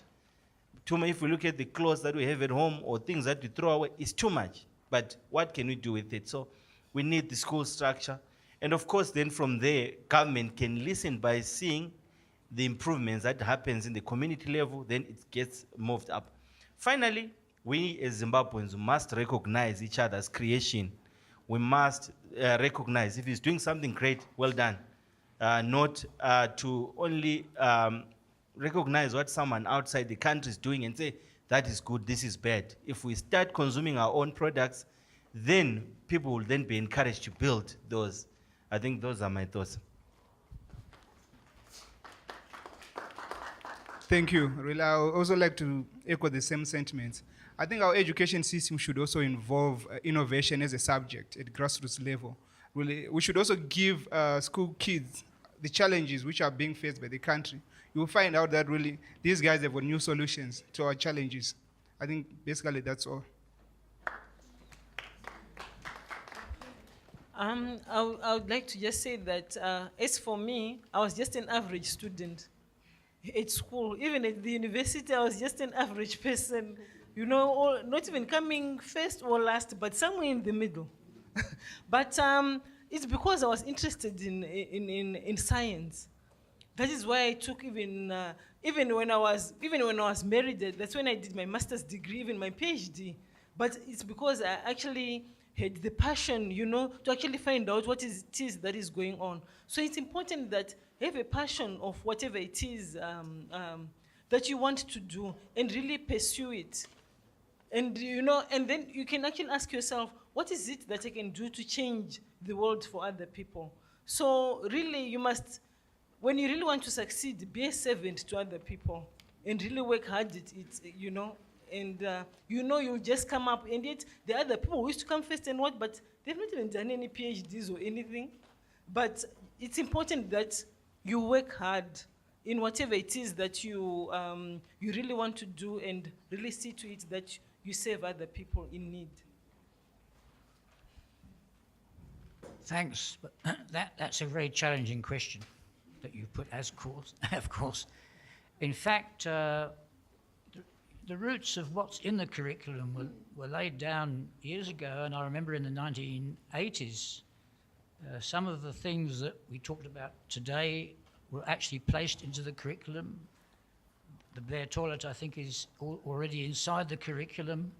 Even the concept of building is somewhere in the curriculum, and matters concerning recycling or composting or agriculture are actually already there.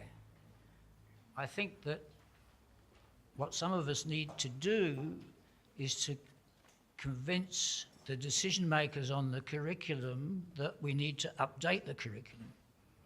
to introduce concepts that have perhaps been introduced in more recent years, because it actually is quite an exciting, everything that we've talked about is really exciting and needs to be reintroduced into those school curricula. And I think we need decision makers within the government, and in this particular case within the Ministry of Education, to perhaps update their curricula and take regard of what's actually happened in the last 10, 5, even 5 years or 10 years, because it's revolutionary. We've heard that this morning. I grew up in an era when there wasn't an electronic calculator, and in fact we had to either write or use an ancient typewriter. But you know, that's sort of history, and it goes along also with what goes into the curriculum. So there are people within the government who listen and look, and they depend on good evidence being given to them. And if it's good and it makes sense, then perhaps there's a good chance that it could enter the school curriculum, and a modernised one. I don't know if there's anybody here from the Department of Education, but that to me, I don't know if that's an answer to your question. Was it? Is that what you were talking about? That's as I see it myself, because you know there's a whole world ahead of us that's just is unknown to us years ago. This issue of innovation, Nigeria is now the continent's biggest economy. And what they've been able to do very well is they've been able to encourage this culture of innovation, this culture that you can do whatever you want. You know, we always hear Nigerians are notorious in several different things. That's because the government opened that sort of mindset up, and that's why you see their Nollywood industry raking in billions a year, their arts, their culture, their oils, everything, because they've been able to just encourage young people to pretty much go out and fail and get back up and fail again and get back up, and at some point you reach that point. And I think, and I was hoping that the Deputy Minister would still be here, because that's how government can play their part. Then it's up to us to then go ahead and install and implement that. But we don't need, as you know, one of you was rightfully saying, we don't need the ministers to tell us that. We must be able to take that initiative ourselves and sort of get the ball rolling. Last question. Do we have any? At the back. Sure. Hello, my name is Brian Giz. I'm an artist. I have a question for Mam Tapuri. Just out of curiosity, on our Pima machine, you said 45 were distributed, if I caught you right? By UNICEF? By UNICEF. So is the government involved in any way to distribute to those remote clinics and areas? What is it doing? What is their stance on that? Thank you. All right. So after we had evaluated the machine, we saw that it works. Then we advocated to the government, to the partners, to actually say, please, can this be bought so that people will have access to these CD4 cell counts? So ever since 2010 to date, in 2013, we have now 336 of these particular machines throughout the country. And the National Pharmaceutical Company, which is also under government, and also my department, we have ensured that where the partners buy and the government buys, they put all the cartridges at the National Pharmaceutical Company, and then these are actually distributed with the drugs. So it is involved, and they know the importance of these. And of course, it is the nurses that are actually doing the work, you know, producing the results after every 20 minutes to the patients. So we are now actually advocating to the government to actually say, the nurse is, yes, we know that at least it's so simple that they can actually do this, but they're also overwhelmed with work. Please, can you open up more posts, or please, can you use other cadres like microscopists, because we're going to be having more of these point-of-care technologies. So through the operational research that we did find out certain things that we're actually appealing to government if they can be put in place. Let's go to the screen. I see a lot of the tweets are actually what we've just heard, but let's scroll down. Is it possible to scroll down? Oh, we don't have time. We need to wrap up, Charlene says. thank you to you guys for organizing all of this. Charlene's been bombarding us with emails the last 2 weeks. You and your team did a fantastic job. I was meant to do some closing remarks, but I've been talking all morning. So I think one last time, can we give a round of applause for our 5 speakers? The world is yours. You guys can make it what you want to do. You can be what you want to be. And these 5 people behind me are a clear example of that. And you can affect lives from here all the way to Brazil, to Jordan, as we've heard today. Food? There's an exhibition outside by Techno Woman. Okay, all right. Exhibition outside, I think we're going to file out. Okay, so we're going to see the exhibition now, and then we can get some food in our bellies. Good weekend to everyone. Thanks for coming.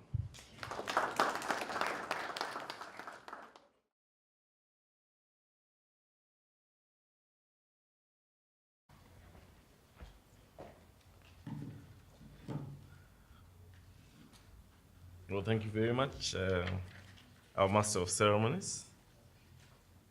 Let me acknowledge the resident UNICEF resident rep, Mr. Reza Osaini, and your deputy and your team from UNICEF. Let me also acknowledge the innovators here. And this is an interesting platform for, and something like this, like he's aptly captured it, is something that we, as the leadership of the country, always get excited that we get our innovators here who really, at intellectual capacity level, are able to do great things.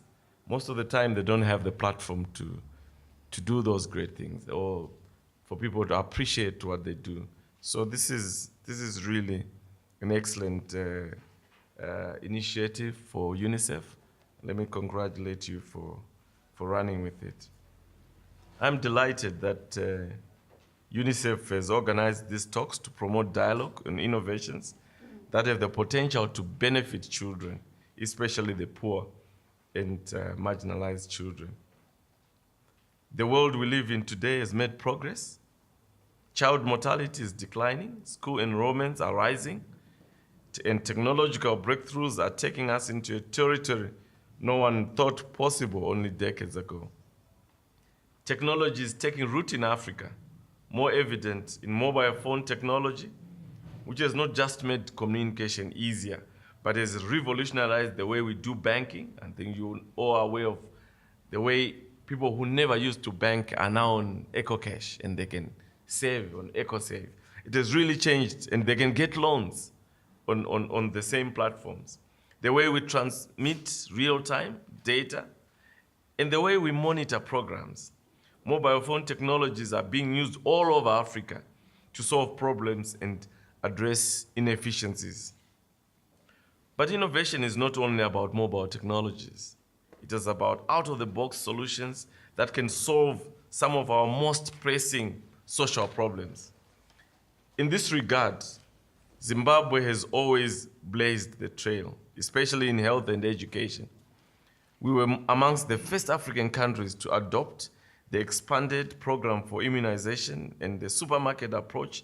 This meant that a mother and a child could access all preventive and curative services during a single visit. This has become now the norm all over Africa, but it was initiated here.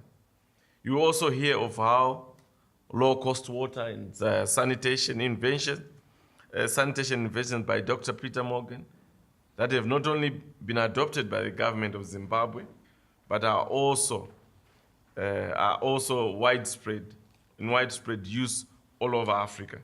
These inventions have saved and continue to save countless lives. In education, Zimbabwe was a pioneer in involving communities in the running of schools.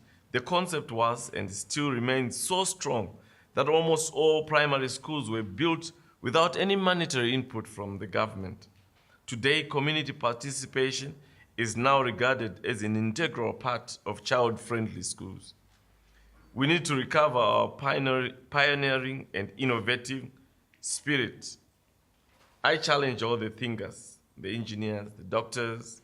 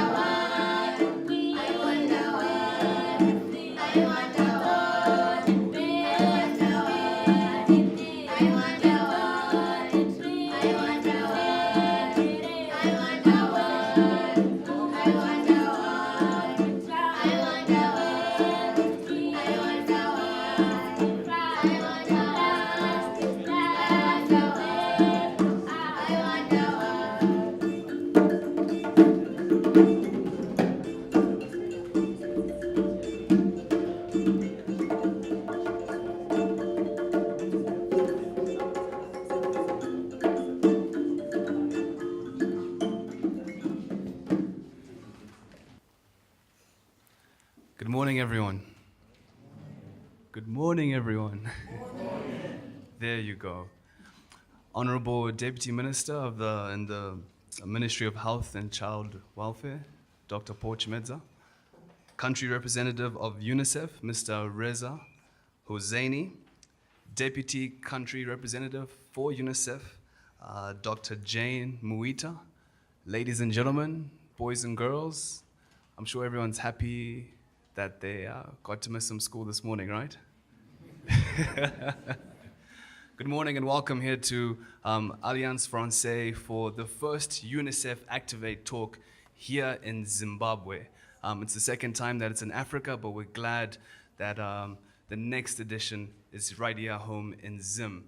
My name is Zororo Makamba. I work at Telecel. I oversee public relations, sponsorship, and digital media. And I'm also a talk time presenter on ZFM Stereo. But this morning, it's my great honor and privilege to be moderating and facilitating this discussion that's going to focus on local innovations that we're going to hear from these 6 amazing people that are changing and improving children's life. So that's what we're focusing on today. Local innovations that are changing and improving children's lives. And also UNICEF will be celebrating their CRC at 25, and I believe that the country representative is going to go into a bit more detail about that and what they'll be doing to mark that occasion. Let me run through the agenda real quick. We're going to hear some remarks from Mr. Hosseini, as well as the keynote address from the Deputy Minister. And then we're going to hear from these 6 people while we're here to find out phones. Before we forget, let's put our phones on silent. Then we're going to hear from these 5 people, sorry, to hear about what they've been up to, why they're sitting on these chairs, and what they've done to change and improve our children's lives. And then we're going to have a Q&A session. Is there anyone who's on Twitter? Hands up. That's good, that's good. We're going to have a Twitter feed over here to my right, and the hashtag for this event is UNICEF Activate, yes. UNICEF Activate, I was gonna mix it around. UNICEF Activate. So please, if no one's gonna take offense if we see your head down and you'll be tweeting on your phone. We hope it's not WhatsApp, but we wanna engage people, as we call them twimbos, in the Twitter sphere, so definitely contribute. I believe there's free Wi-Fi. It's Mavis. So those who have smartphones want to access free Wi-Fi and not worry about your airtime, please do log on so you can contribute on Twitter. There's going to be some closing remarks and we'll be done. So sit tight.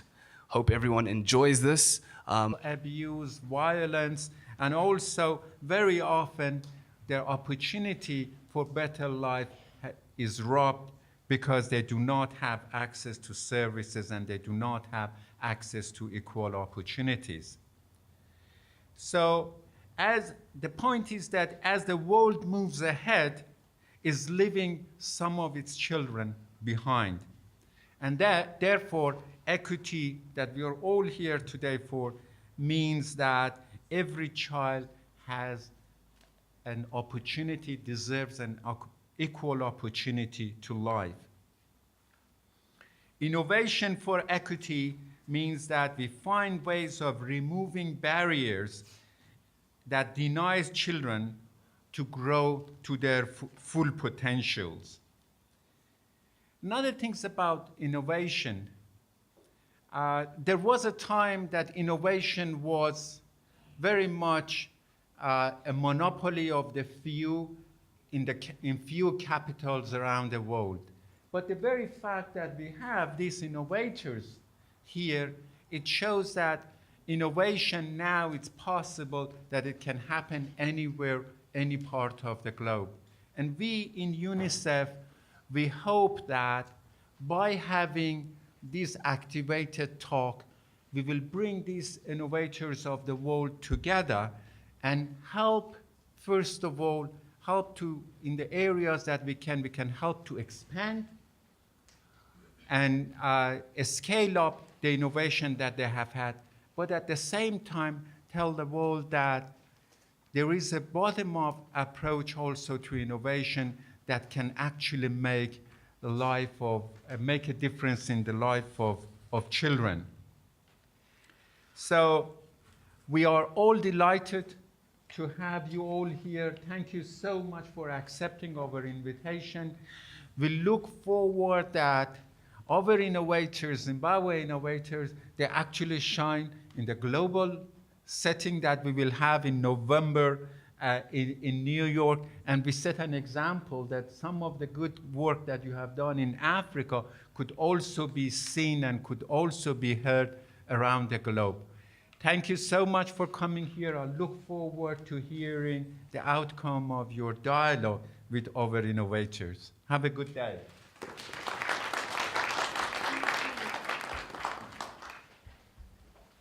Thank you very much. I just want to add my 2 cents as to what the country representative said. These platforms are wonderful. These platforms are necessary. We actually need to see more platforms for young people to be able to be heard and to contribute and to be able to hear from people who've walked sort of where you guys are in terms of what you're trying to do, what you're trying to achieve, some of the challenges that you're facing. And we're going to hear from the 5 speakers today, but there's a tendency that we have here in Zimbabwe. The tendency is that, well, look, if we have any challenges or problems, why don't we go over next door in South Africa and bring someone in to consult?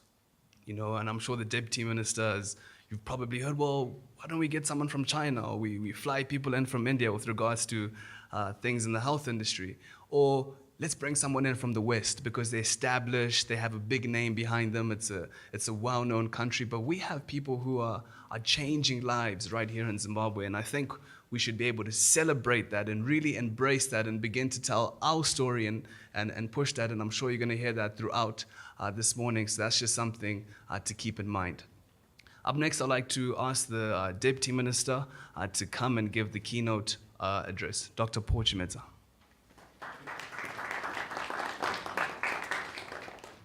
Young people, we want to hear from you. We want you guys to come up and ask questions.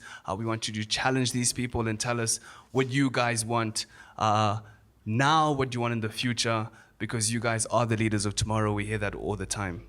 So without further ado, I'd like to welcome our country representative here for UNICEF to open this auspicious occasion.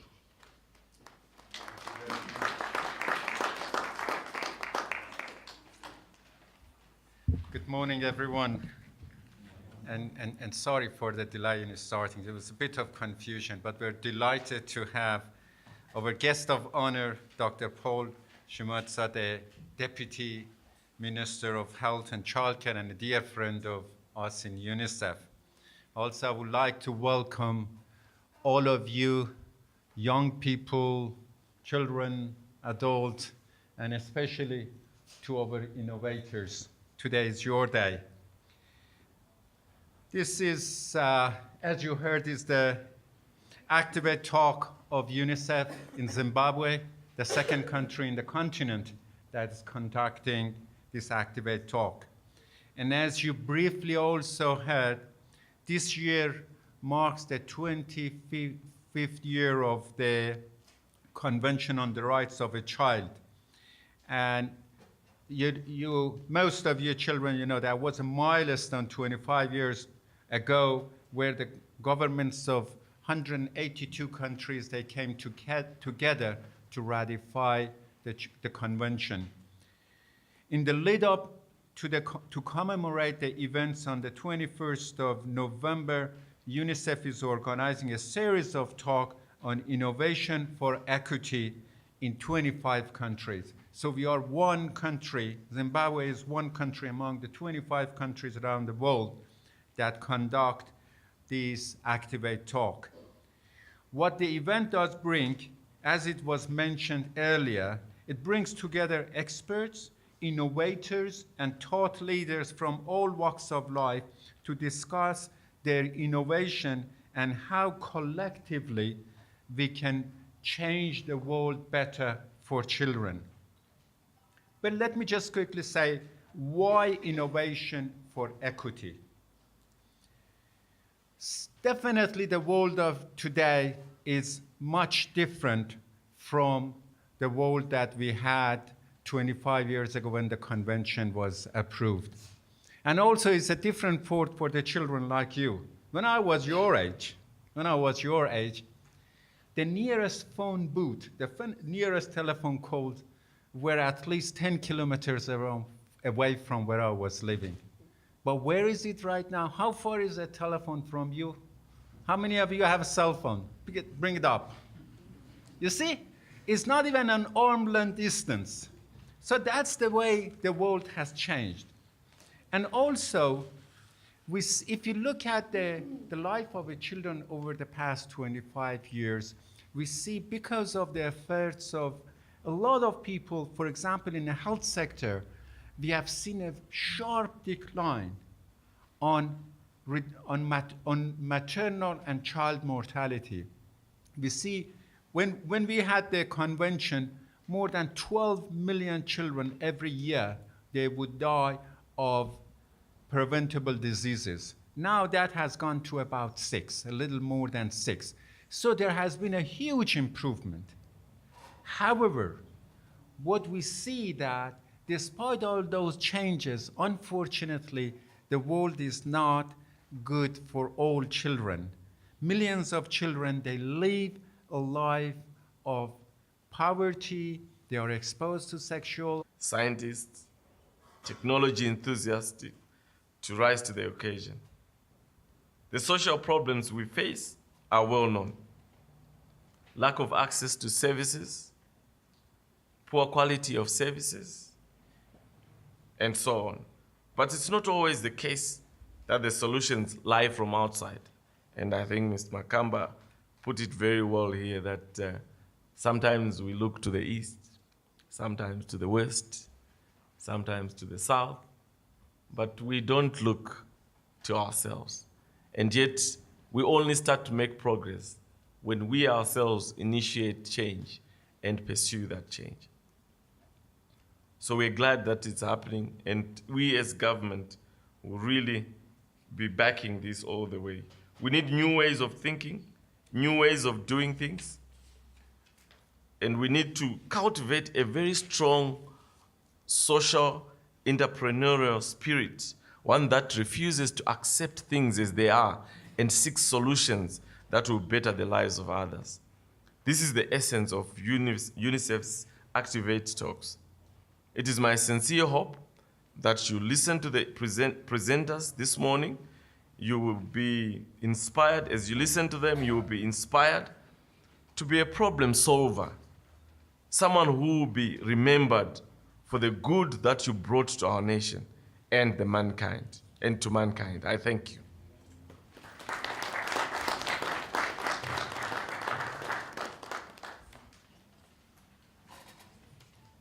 Dr. Porchimedza, thank you very much for your remarks. As someone who works for Telesau, I noticed that you mentioned our competitors there. So I just thought I would, use this platform to also say, Telecash. is also revolutionizing the way we do our banking. Okay, testing, good to go. Time for our speakers. Why we are here today. Who's heard of the Blair toilet? I think we all have. All right, on my far right is Dr. Peter Morgan. He has, for the past 4 decades, dedicated his life and work to improving water supply and sanitation through low-cost practical solutions. He is the inventor of the Blair toilet that serves more than 3 million people in our country. He invented the bush pump and continues to improve on his inventions and his passion to make them accessible to people from all walks of life. He holds a PhD in marine biology from the University of Hull and has done extensive work on ecological sanitation. King Carl XVI Gustaf of Sweden presented Peter Morgan with a 2013 Stockholm Water Prize laureate for his work in water and sanitation. And ladies and gentlemen, he's here tonight, this morning, to talk about water and sanitation, and you can follow his presentation on the screen to my left. All right, thank you. Thank you very much, Honourable Deputy Minister, Resident Representative of UNICEF, colleagues, friends, and particularly young children. I'm a granddaddy. I guess if you didn't know that I was a granddaddy, I adore children. And I think that the little story I'm about to tell you this morning concerns school children and also a lovely project I've worked together with my very good friend and colleague, Annie Kanyemba, who is